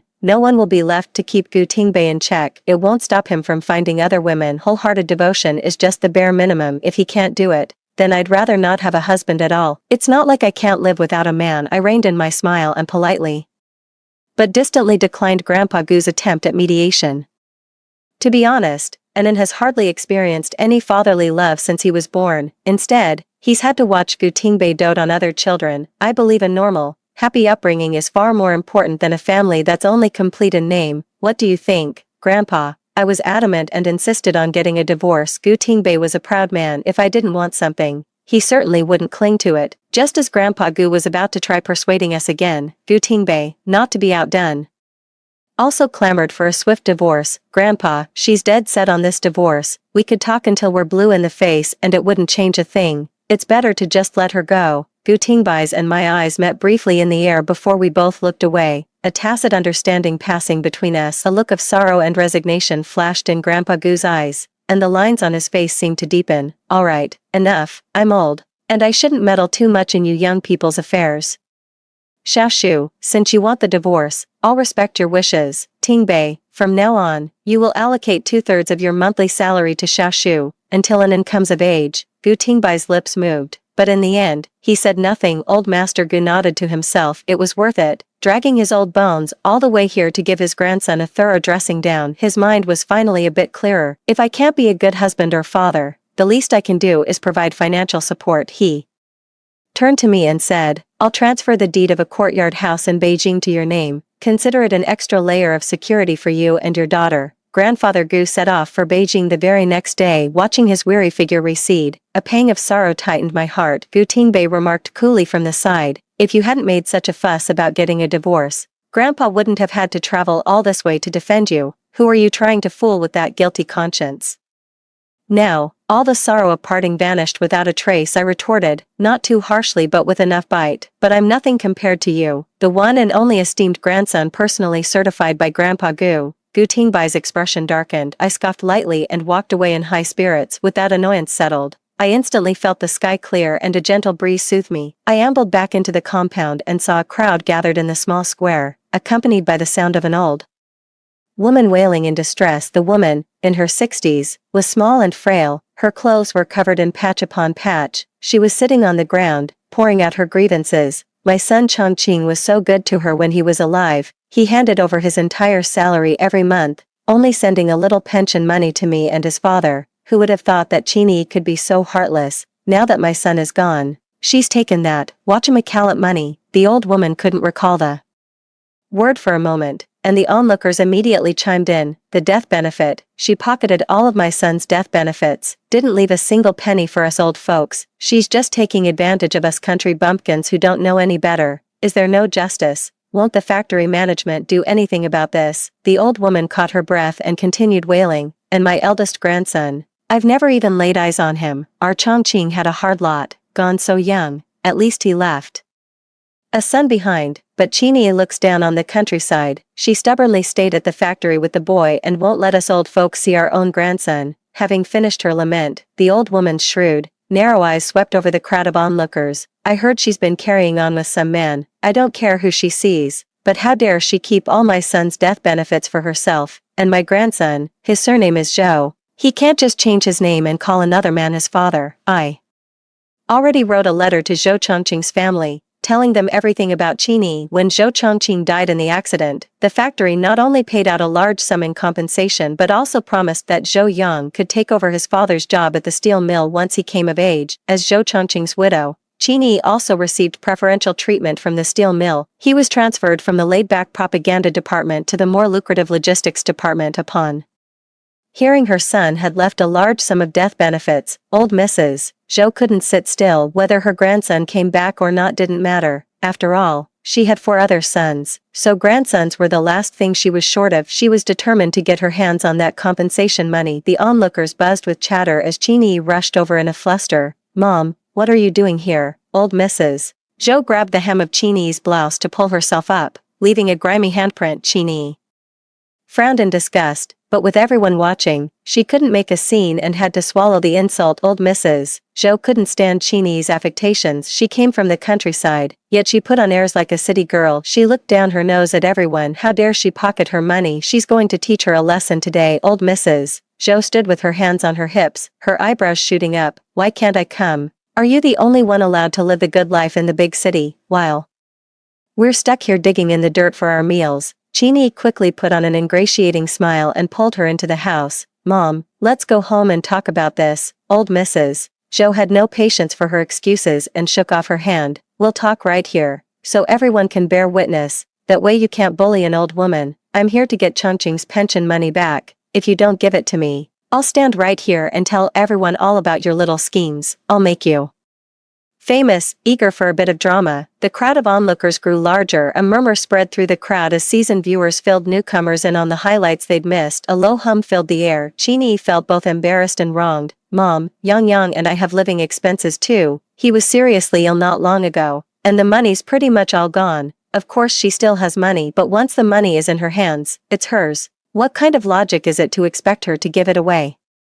Old Mrs. Zhou is just a clueless country bumpkin. Just play the victim and get through this. Old Mrs. Zhou's droopy eyelids snapped taut instantly, and she blurted out, you spent a whole 2,000 in just 4 years, you good-for-nothing spendthrift. Slap. A bright red handprint instantly bloomed on Chini's fair, jade-like cheek, but she ignored the stinging pain on her face, her heart gripped only by panic. Back then, she had dared to pocket the entire death benefit as Zhou Chongqing's wife, taking advantage of the Zhou family's lack of education and their remote, gullible nature in the countryside. Who told old Mrs. Zhou about the pension money? Without a second thought, old Mrs. Zhou grabbed Chini's wrist and pulled her through the crowd, heading outside. Come on, let's go find the leaders and demand an explanation. We, his parents, haven't seen a single penny of our son's pension, and you've gone and spent it all. There's no justice in this world. Chini didn't want to go, but old Mrs. Zhou, strong from years of manual labor, wasn't about to let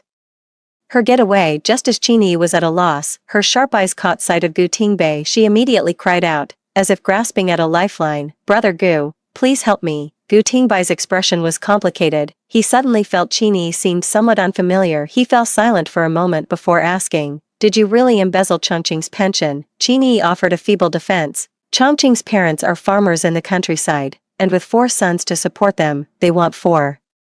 Nothing. The city is different. Money slips through your fingers everywhere you turn. An array of new clothes, Lontang leather shoes, a Longines watch, snowflake cream, clamshell ointment. The house was never without candies, canned fruit, or malted milk powder. There were even high-end goods only available at the friendship store. How could Qingyi's salary possibly cover such extravagant expenses? Details once overlooked now served as proof of Qingyi's selfish greed and pursuit of luxury. Is this the woman he held so dear? Gu Tingbei's mind was in complete disarray. He took a few steps back and said with a bitter smile, "I'm just an outsider. I can't get involved in matters between you and the Zhou family." Qingyi was forcibly dragged away by old Mrs. Zhou. With the main characters gone, the onlookers gradually dispersed. The next day, old Mrs. Zhou successfully collected the hefty compensation payment and returned to her village, thoroughly satisfied. As for her grandson, she wanted no part of him. She already had a house full of mouths to feed back home. Taking him in would just mean one more. The matter was brought before the factory leadership, and Qingyi received a stern reprimand. Considering her hardship in raising Zhou Yang, the leadership only required her to return half of the pension to old Mrs. Zhou. Losing 1,000 yuan for nothing pained Qingyi deeply, but with her son still by her side, she felt that there was always a way out. Zhou Yang's very presence was a constant reminder to Gu Tingbei that Zhou Chongqing had died for him. She could exploit this guilt to her full advantage. Unfortunately for Qingyi, her clever scheme was doomed to fail. The divorce proceedings were finalized quickly. I packed my things and bought my train ticket back to Shanghai in advance. The day before I left, I took in downstairs to say goodbye to my sisters-in-law. My sisters-in-law shared their life wisdom with me, talking one after another. The atmosphere was warm and harmonious. Shen Yunshu, Qingyi's shrill voice shattered the harmonious atmosphere. I turned toward the sound and saw her running over, disheveled, with eyes bloodshot. Shen Yunshu, was it you who pulled strings to get me transferred to the county steel mill? The leader's intention was clear. The transfer was merely a final courtesy extended to her. At the steel mill, she had neither distinguished service nor sufficient seniority. Now,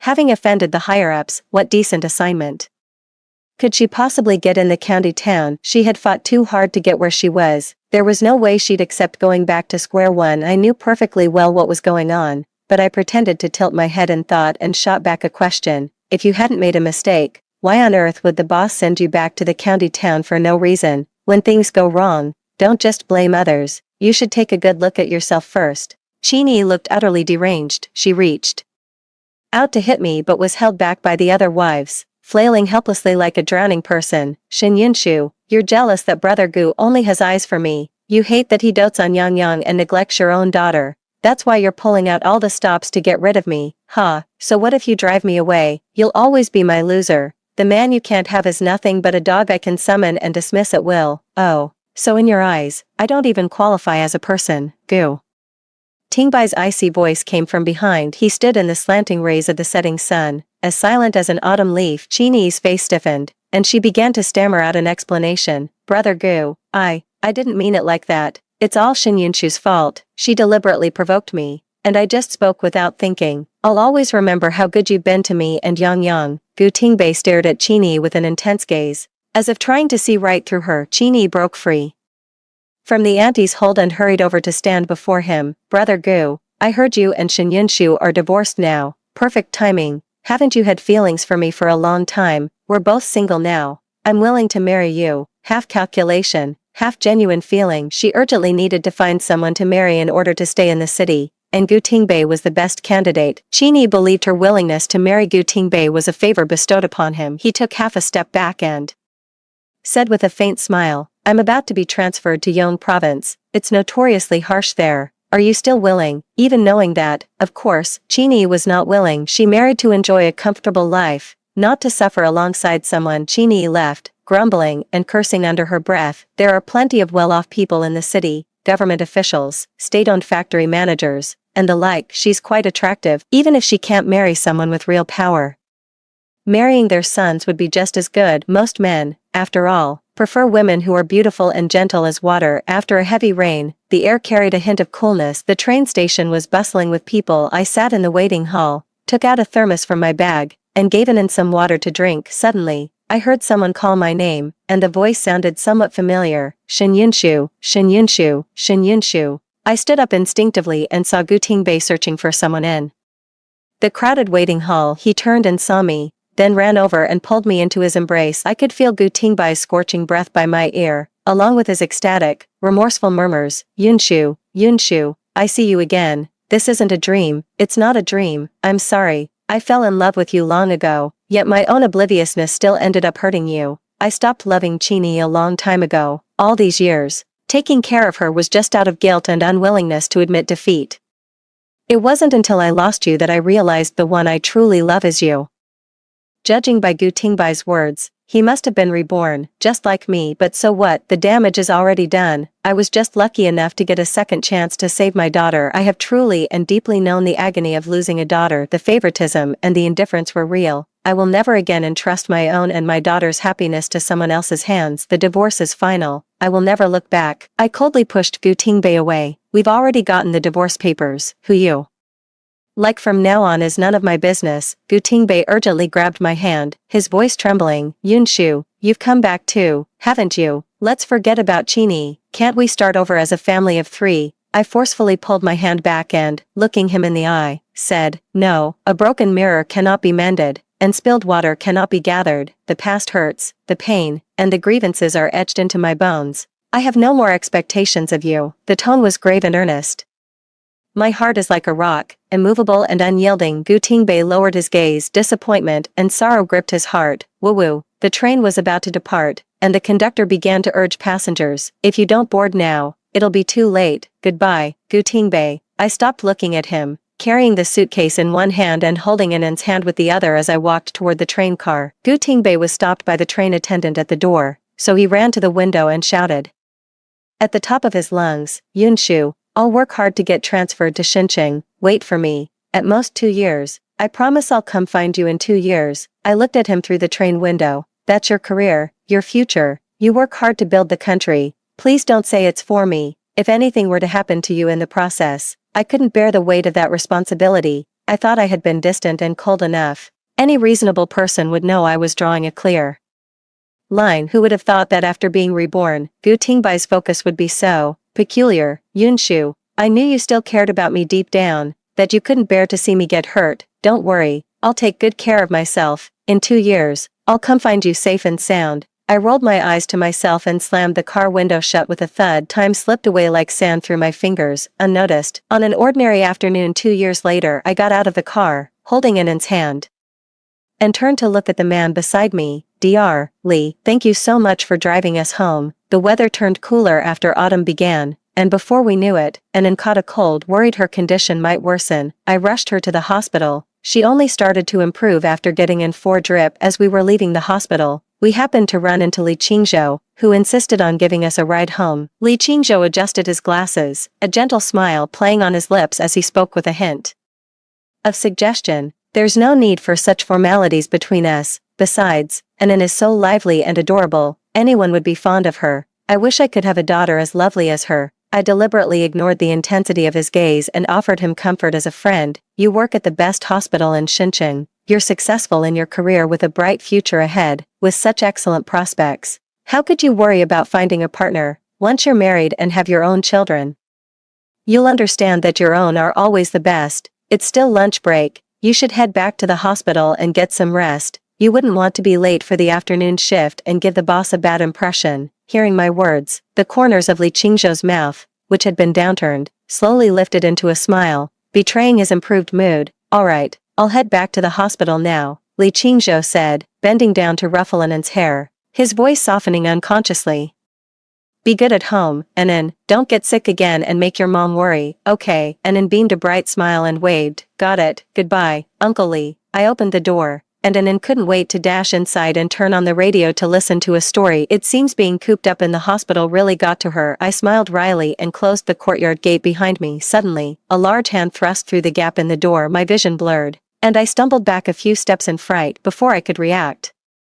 A powerful arm hooked around me and pulled me into an embrace. In front of me was the man's scorching chest. Behind me, the cold, hard wall. I am trapped in this tiny world. There is no escape. Who is that man? Is he the stepfather you found for Anin? Shin Yunshu, I forbid you to marry anyone else. You can only be my wife. After 2 years apart, Gu Tingbei had matured a great deal, with the memories of his past life now intact. The aura around him grew even more terrifying under his gaze. I felt like prey being sized up by a wolf. The disparity in strength between us was stark. Gu Tingbei, with his years of rigorous training, possessed astonishing physical power. I could only push futilely against his chest, my voice a low, furious whisper. Gu Tingbei, have you lost your mind? You're the one with a dirty mind, seeing filth in everything. Gu Tingbei wasn't angered by my scolding. His strong arms tightened around me inch by inch, forcing me to press myself against him. Yunshu, I'm not satisfied with your answer. Think carefully before you speak again. His hand wandered suggestively along the hem of my clothes, the threat in his gesture unmistakable. I explained through gritted teeth, that man just now is Li Qingzhou. He's just a friend. Anan was sick and in the hospital the last couple of days. We ran into him today when we were being discharged, and he was kind enough to give us a ride home. Are you satisfied with that answer? Gu Tingbei's tense muscles relaxed, and his intimidating aura receded like the tide. He spread his arms and pulled me into an embrace, his movements both domineering and tender. His voice, weathered and magnetic, sounded in my ear. Yunshu, I've finally seen you again, Anan is still here. We can be a happy family of 3. Please, let me make it up to you both. I stood rigidly in his embrace, unmoved by his affection. And please, not all wounds can be healed, Gu Tingbei. Since you also have memories of our past life, you should know it's impossible for us to ever be together again. Gu Tingbei stared at me with unwillingness, his eyes filled with confusion. Why can't we start over? Everything is different now. Anan is safe. I've seen Qini for who she truly is, and I've spent 2 years in the Northwest to atone for my own blindness. In our past life, after you died, I lived in agony and regret every single day. If fate has granted me this second chance, isn't it precisely so I can make amends to you and Anan? Moved by the moment, Gu Tingbei restrained yet fervently grasped my shoulders. His words tore open the old wounds on my heart. Though the wounds have healed, they left behind ugly scars, and things can never go back to how they were. If I hadn't returned when I did, Anan would still have been killed by your favoritism, and I would have had to endure the agony of losing a daughter all over again. I've finally gotten my revenge on you and Qini, and managed to build a normal life with Anan. What makes you think I'd be willing to repeat the same mistakes and go back to you? Gu Tingbei seized the crucial point, eager to prove to me that he had now turned over a new leaf. It's all Qini's fault that we ended up like this. Don't worry, I won't let her off the hook. In her past life, she was fired from the steel mill, went back to her hometown where her parents sold her off to be a rich man's mistress, and in the end, the man's wife slashed her face. In this life, I arranged a marriage for her with the son of a minor official. After the wedding, she's been tormented by her mother-in-law and sister-in-law, suffered 3 miscarriages, and is living in utter misery. Qini is cunning and malicious. She got exactly what she deserved. Yunshu, are you pleased? The man's voice was low and steady as he recounted Qini's current plight, his words flowing as smoothly as if he were telling a story. Qini's comeuppance is deeply satisfying, and I feel no pity for her yet. I can't help but feel sorrow over Gu Tingbei's cold-heartedness. When you love someone, you wish them life. When you hate them, you wish them death. He once cared for Qini so deeply, yet after turning against her, he callously manipulated her marriage, became one of the architects of her ruin. Qini is despicable, but are you completely blameless? She is cunning and manipulative, while you are willfully blind and biased. Do you think taking brutal revenge on her will earn my forgiveness? No. In this life and the last, you are the one truly responsible for Anan's death. The hand on my shoulder slid away, limp and powerless. Gu Tingbei was profoundly shaken. He stumbled back a few steps, shaking his head in dawning realization. No, that's not how it was. Qini is the one who started it all. Yunshu, I've punished her. Can you find it in your heart to forgive me? Having lived 2 lifetimes, this person's skill at shirking responsibility has only become more masterful. He doesn't know who the real culprit is. That's absolutely laughable. Oh, please. Did Qini hold a knife to your throat and force you to fawn all over her? Did she snatch the life-saving medicine from the hospital to give to Zhou Yang? If you were truly unwilling, who could have possibly forced you? You're pinning all the blame on her just to prove your own innocence, to convince yourself you've done nothing wrong by me or Anan, so you can come crawling back to me with a clear conscience. Gu Tingbei, I can't believe that even after 2 lifetimes, you're still this cowardly and weak, too afraid to face your own mistakes. Gu Tingbai's hidden intentions were laid bare under the harsh light of day. He opened his mouth to speak, but found he had nothing to say. I took advantage of his dazed state and shoved him out of the courtyard, shoved them in, slammed the door, and locked it all in one fluid motion. Finally got rid of that high-maintenance guest. I patted my chest and breathed a sigh of relief, but I let my guard down too soon that day. On my way back from school, I ran into our neighbor, Auntie Qian. At the entrance of the alley, she pulled me aside mysteriously and whispered, "There's been a man hanging around your doorstep these past few days. He's tall and well-built. If he weren't so handsome and didn't seem like a bad sort,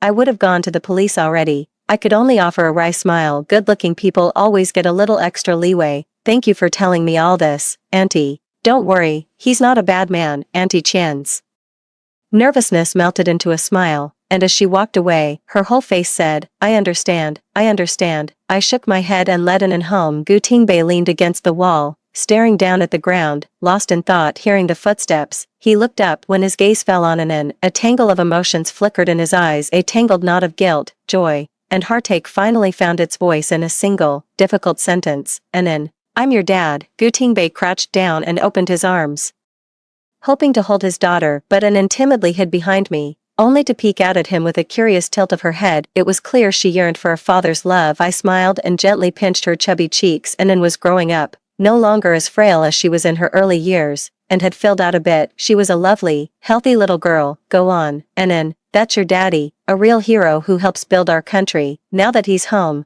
you don't have to envy the other kids anymore, because you're a little girl with a daddy by your side too." Gu Tingbei looked at me with surprise. I remained silent, just giving in a gentle nudge in his direction. I've always believed that adult matters shouldn't involve the children. No matter how flawed Gu Tingbei is, I would never speak ill of him in front of Anan. I truly hope Gu Tingbei can turn over a new leaf and treat Anan well. I suppose that's the magic of a blood bond. Gu Tingbei quickly grew close to Anan. He sat Anan on his lap and told her tales of the wild, drifting sands, and the great swirling snowstorms of the Northwest. He shared amusing anecdotes from his life and described his heroic efforts in building the steel mill. The world as described by Gu Tingbei was utterly fascinating to Anan. She listened, clapping her hands repeatedly in amazement. Using his great strength, Gu Tingbei tossed Anan up and down playfully. I was watching from the side, worried sick, while Anan laughed without a care in the world with Gu Tingbei around. The quiet little courtyard was filled not only with laughter, but also with a new sense of life and vitality. Knock, knock. A crisp knocking sound rang out. Since I was the only one with nothing to do, of course I went to answer the door. I bought some of Anan's favorite snacks. After all the 4 drips and medicine lately, the poor thing has really been through the ringer. The handle of the net bag was stretched long.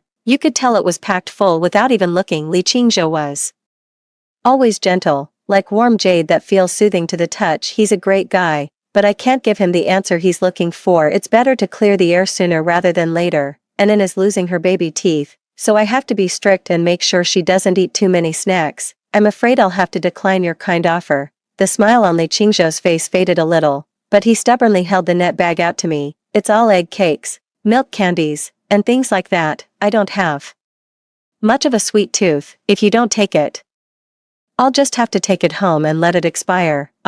Well, thank you very much then, Dr. Li. Gu Tingbai's voice sounded in her ear. A bronzed hand snatched the mesh bag and thrust a few banknotes into Li Qingzhou's grasp. The move was too swift to refuse. Gu Tingbei stood beside me, holding Anan's hand in his left and the mesh bag in his right. The stark contrast was clear. Our formidable presence versus Li Qingzhou's solitary figure. Gu Tingbei made a commanding entrance, asserting himself as the man of the house. Perfect timing. Anan was getting hungry from playing and needed a little snack. These treats are a godsend. Dr. Li, could you check if the amount I gave is enough? I can cover the difference if it's not. Seeing how affectionately Anan acted towards him, Li Qingzhou began to harbor an uneasy suspicion. His voice was hoarse as he pressed me for confirmation, unwilling to let it go. Yunshu, who is he? Before I could speak, Gu Tingbei cut in with an answer. Hello, I'm Gu Tingbei, Shin Yunshu's husband, and Anan's biological father. Husband, he's my ex-husband. I shot him a glare and motioned for him to take the child inside first. Gu Tingbei asserted his dominance, watching his potential rival crumble,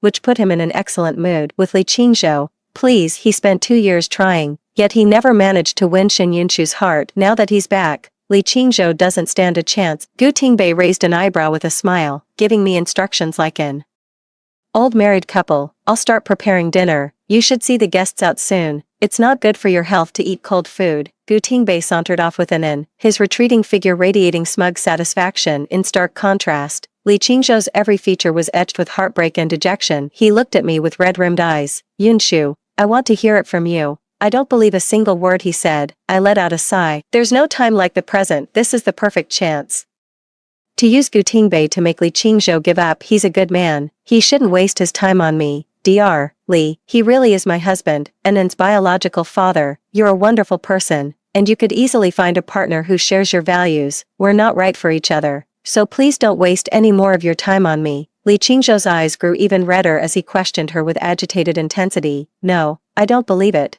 If he's your husband, why has he never shown up in the last 2 years? Why were you the only one taking Annan to the hospital when she was sick? A faint, proud smile touched my lips. He works at the steel mill. A couple of years ago, he was transferred to the Yonne province steel plant to support its construction and only recently got transferred back. The Northwest is a tough place. He couldn't bear the thought of me and Annan suffering there with him, so he insisted we stay in Xinjiang. I gestured towards the serene and elegant courtyard behind me. Even though Tingbei is far away in the Northwest, he's never missed sending us our living expenses. Otherwise, how do you think I could afford to rent such a nice courtyard and still have the time and energy to prepare for the university entrance exams? Li Qingzhou tightened his grip on the hem of his clothes and suddenly laughed. Yunshu, you lied to me. Before I decided to pursue you, I asked Auntie Qian about you, and she said you were divorced. I have my principles and know what's proper. I wouldn't chase after a married woman.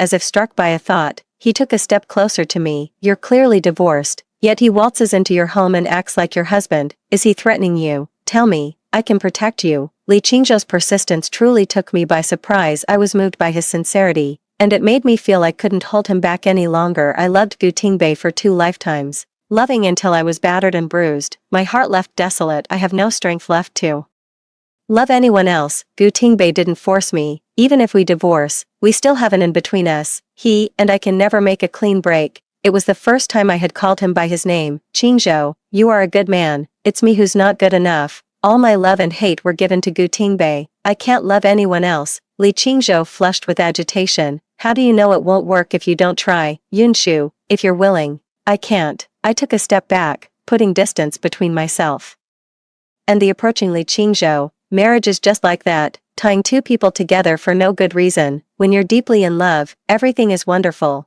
But when the love fades, even a single glance can breed resentment. I've made up my mind. I'll spend this life with Annan. I'm sorry, I can't give you the answer you want. I looked up and gazed into the distance. The sun sank below the horizon, and dusk settled over the land. Dr. Li, you have your career and your family. I'm just the most insignificant passerby in your life. It's getting dark. You should go home. Li Qingzhou walked away, utterly dejected. I closed the courtyard gate and turned around, filled with melancholy. What's the matter? Regretting turning him down, Gu Tingbei leaned against the doorframe, half his face obscured in the twilight. Too late for regrets now. Shin Yunshu, with a husband as capable as me, I always knew ordinary men wouldn't catch your eye. I shot him a withering glare. After living 2 lifetimes, you're still bragging at your age. Have you no shame? Ex-husband, please leave after dinner. You may have no shame, but I still have a reputation to uphold. Gu Tingbei chuckled and went inside to call in for dinner. It just goes to show, living 2 lifetimes doesn't just add years, it thickens your skin. I have no idea how Gu Tingbei, a big factory director, finds so much time to hang around me and in every single day. He even comes to the university to sit in on my classes during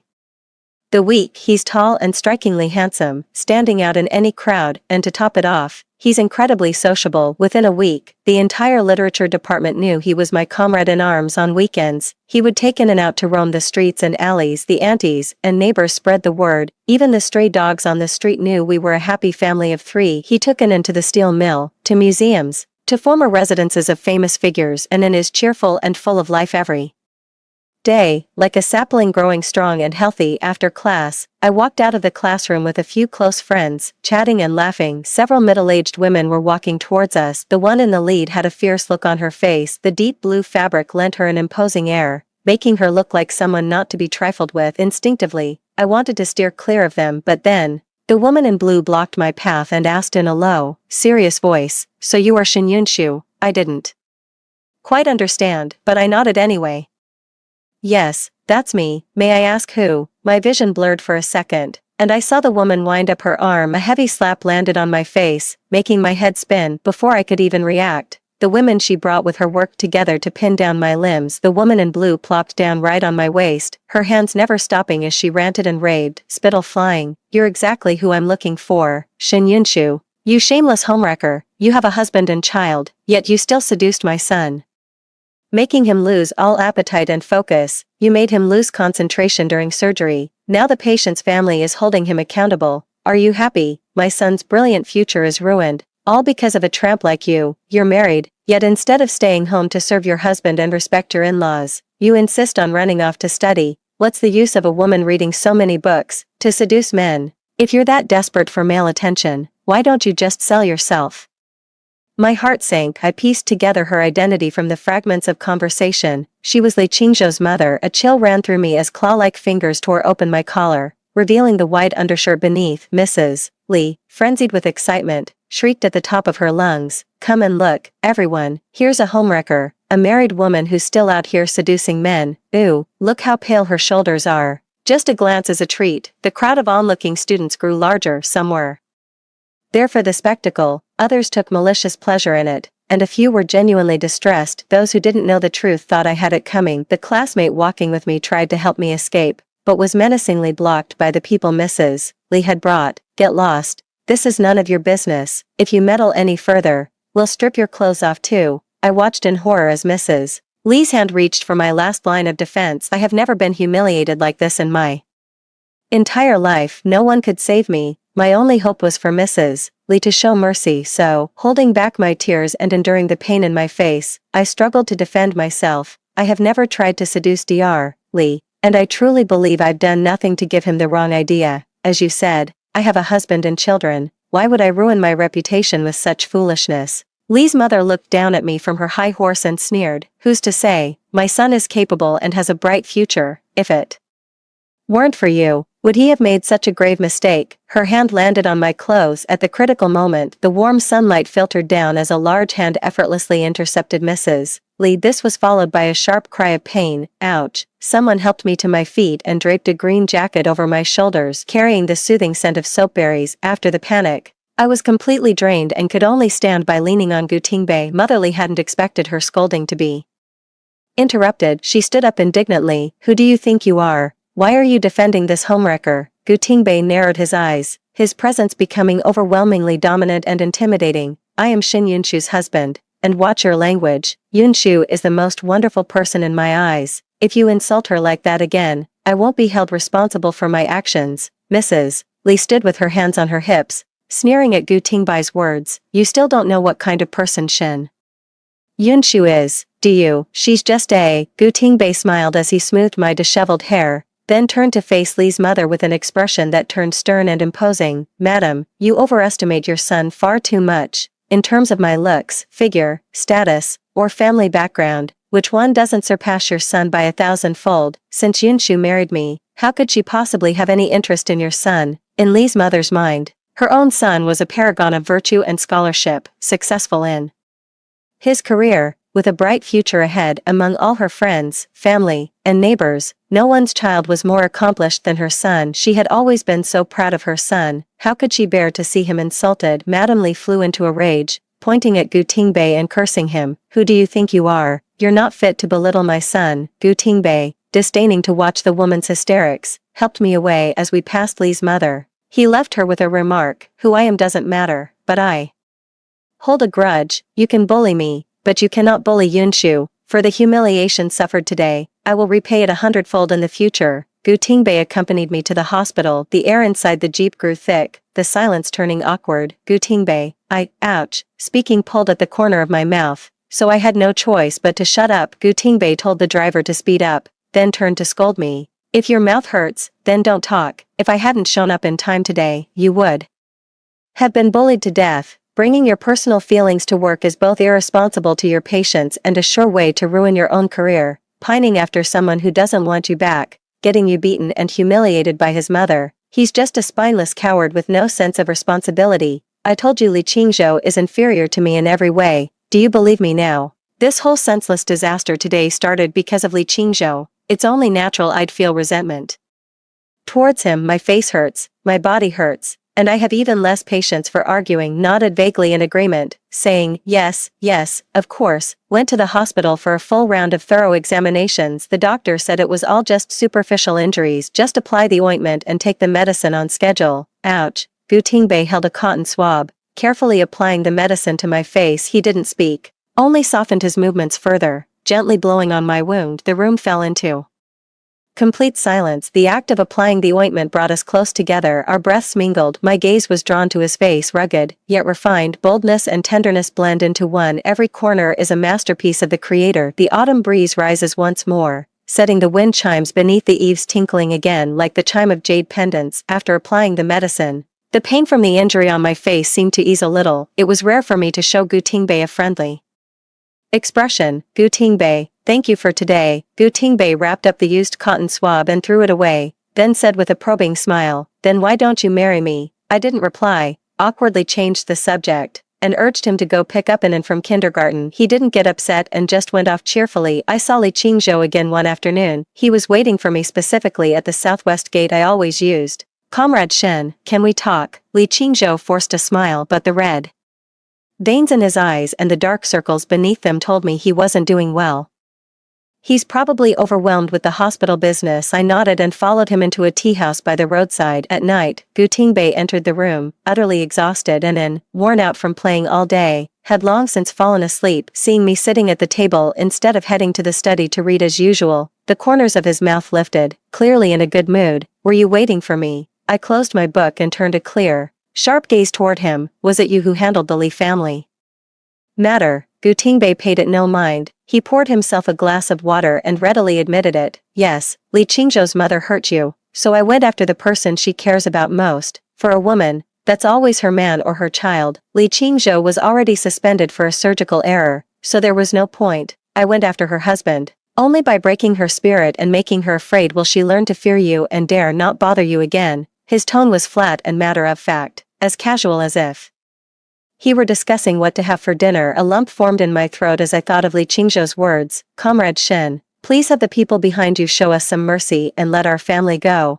My mother was wrong to bring people to beat you, and I was wrong for not keeping my mouth shut and revealing your name. We accept that you want to get even with us, but why should our mistakes be taken out on our family? My father worked diligently for the better part of his life, only to end up expelled from his position and the party, becoming a complete laughingstock for no good reason. Li Qingzhou's pained, pleading expression seemed to appear right before my eyes. I looked over at Gu Tingbei, whose face showed complete indifference. He smiled, seeking praise. I got revenge for you. Are you happy? I coldly pulled my hand away, speaking up for Mr. Li's father. Let's be fair, Li Qingzhou and his mother were in the wrong. But why drag an innocent person into this? Gu Tingbei, you can't keep using the Gu family's influence to target people. You think you just lifted a finger, but you've ruined someone else's entire career. This kind of favor is too heavy. I can't accept it. Gu Tingbei's smile vanished, a storm gathering in his eyes. I stood up for you because I care about you, and now you have the nerve to come and accuse me of being a bully. You said you and Li Qingzhou were just friends, so what are you doing now?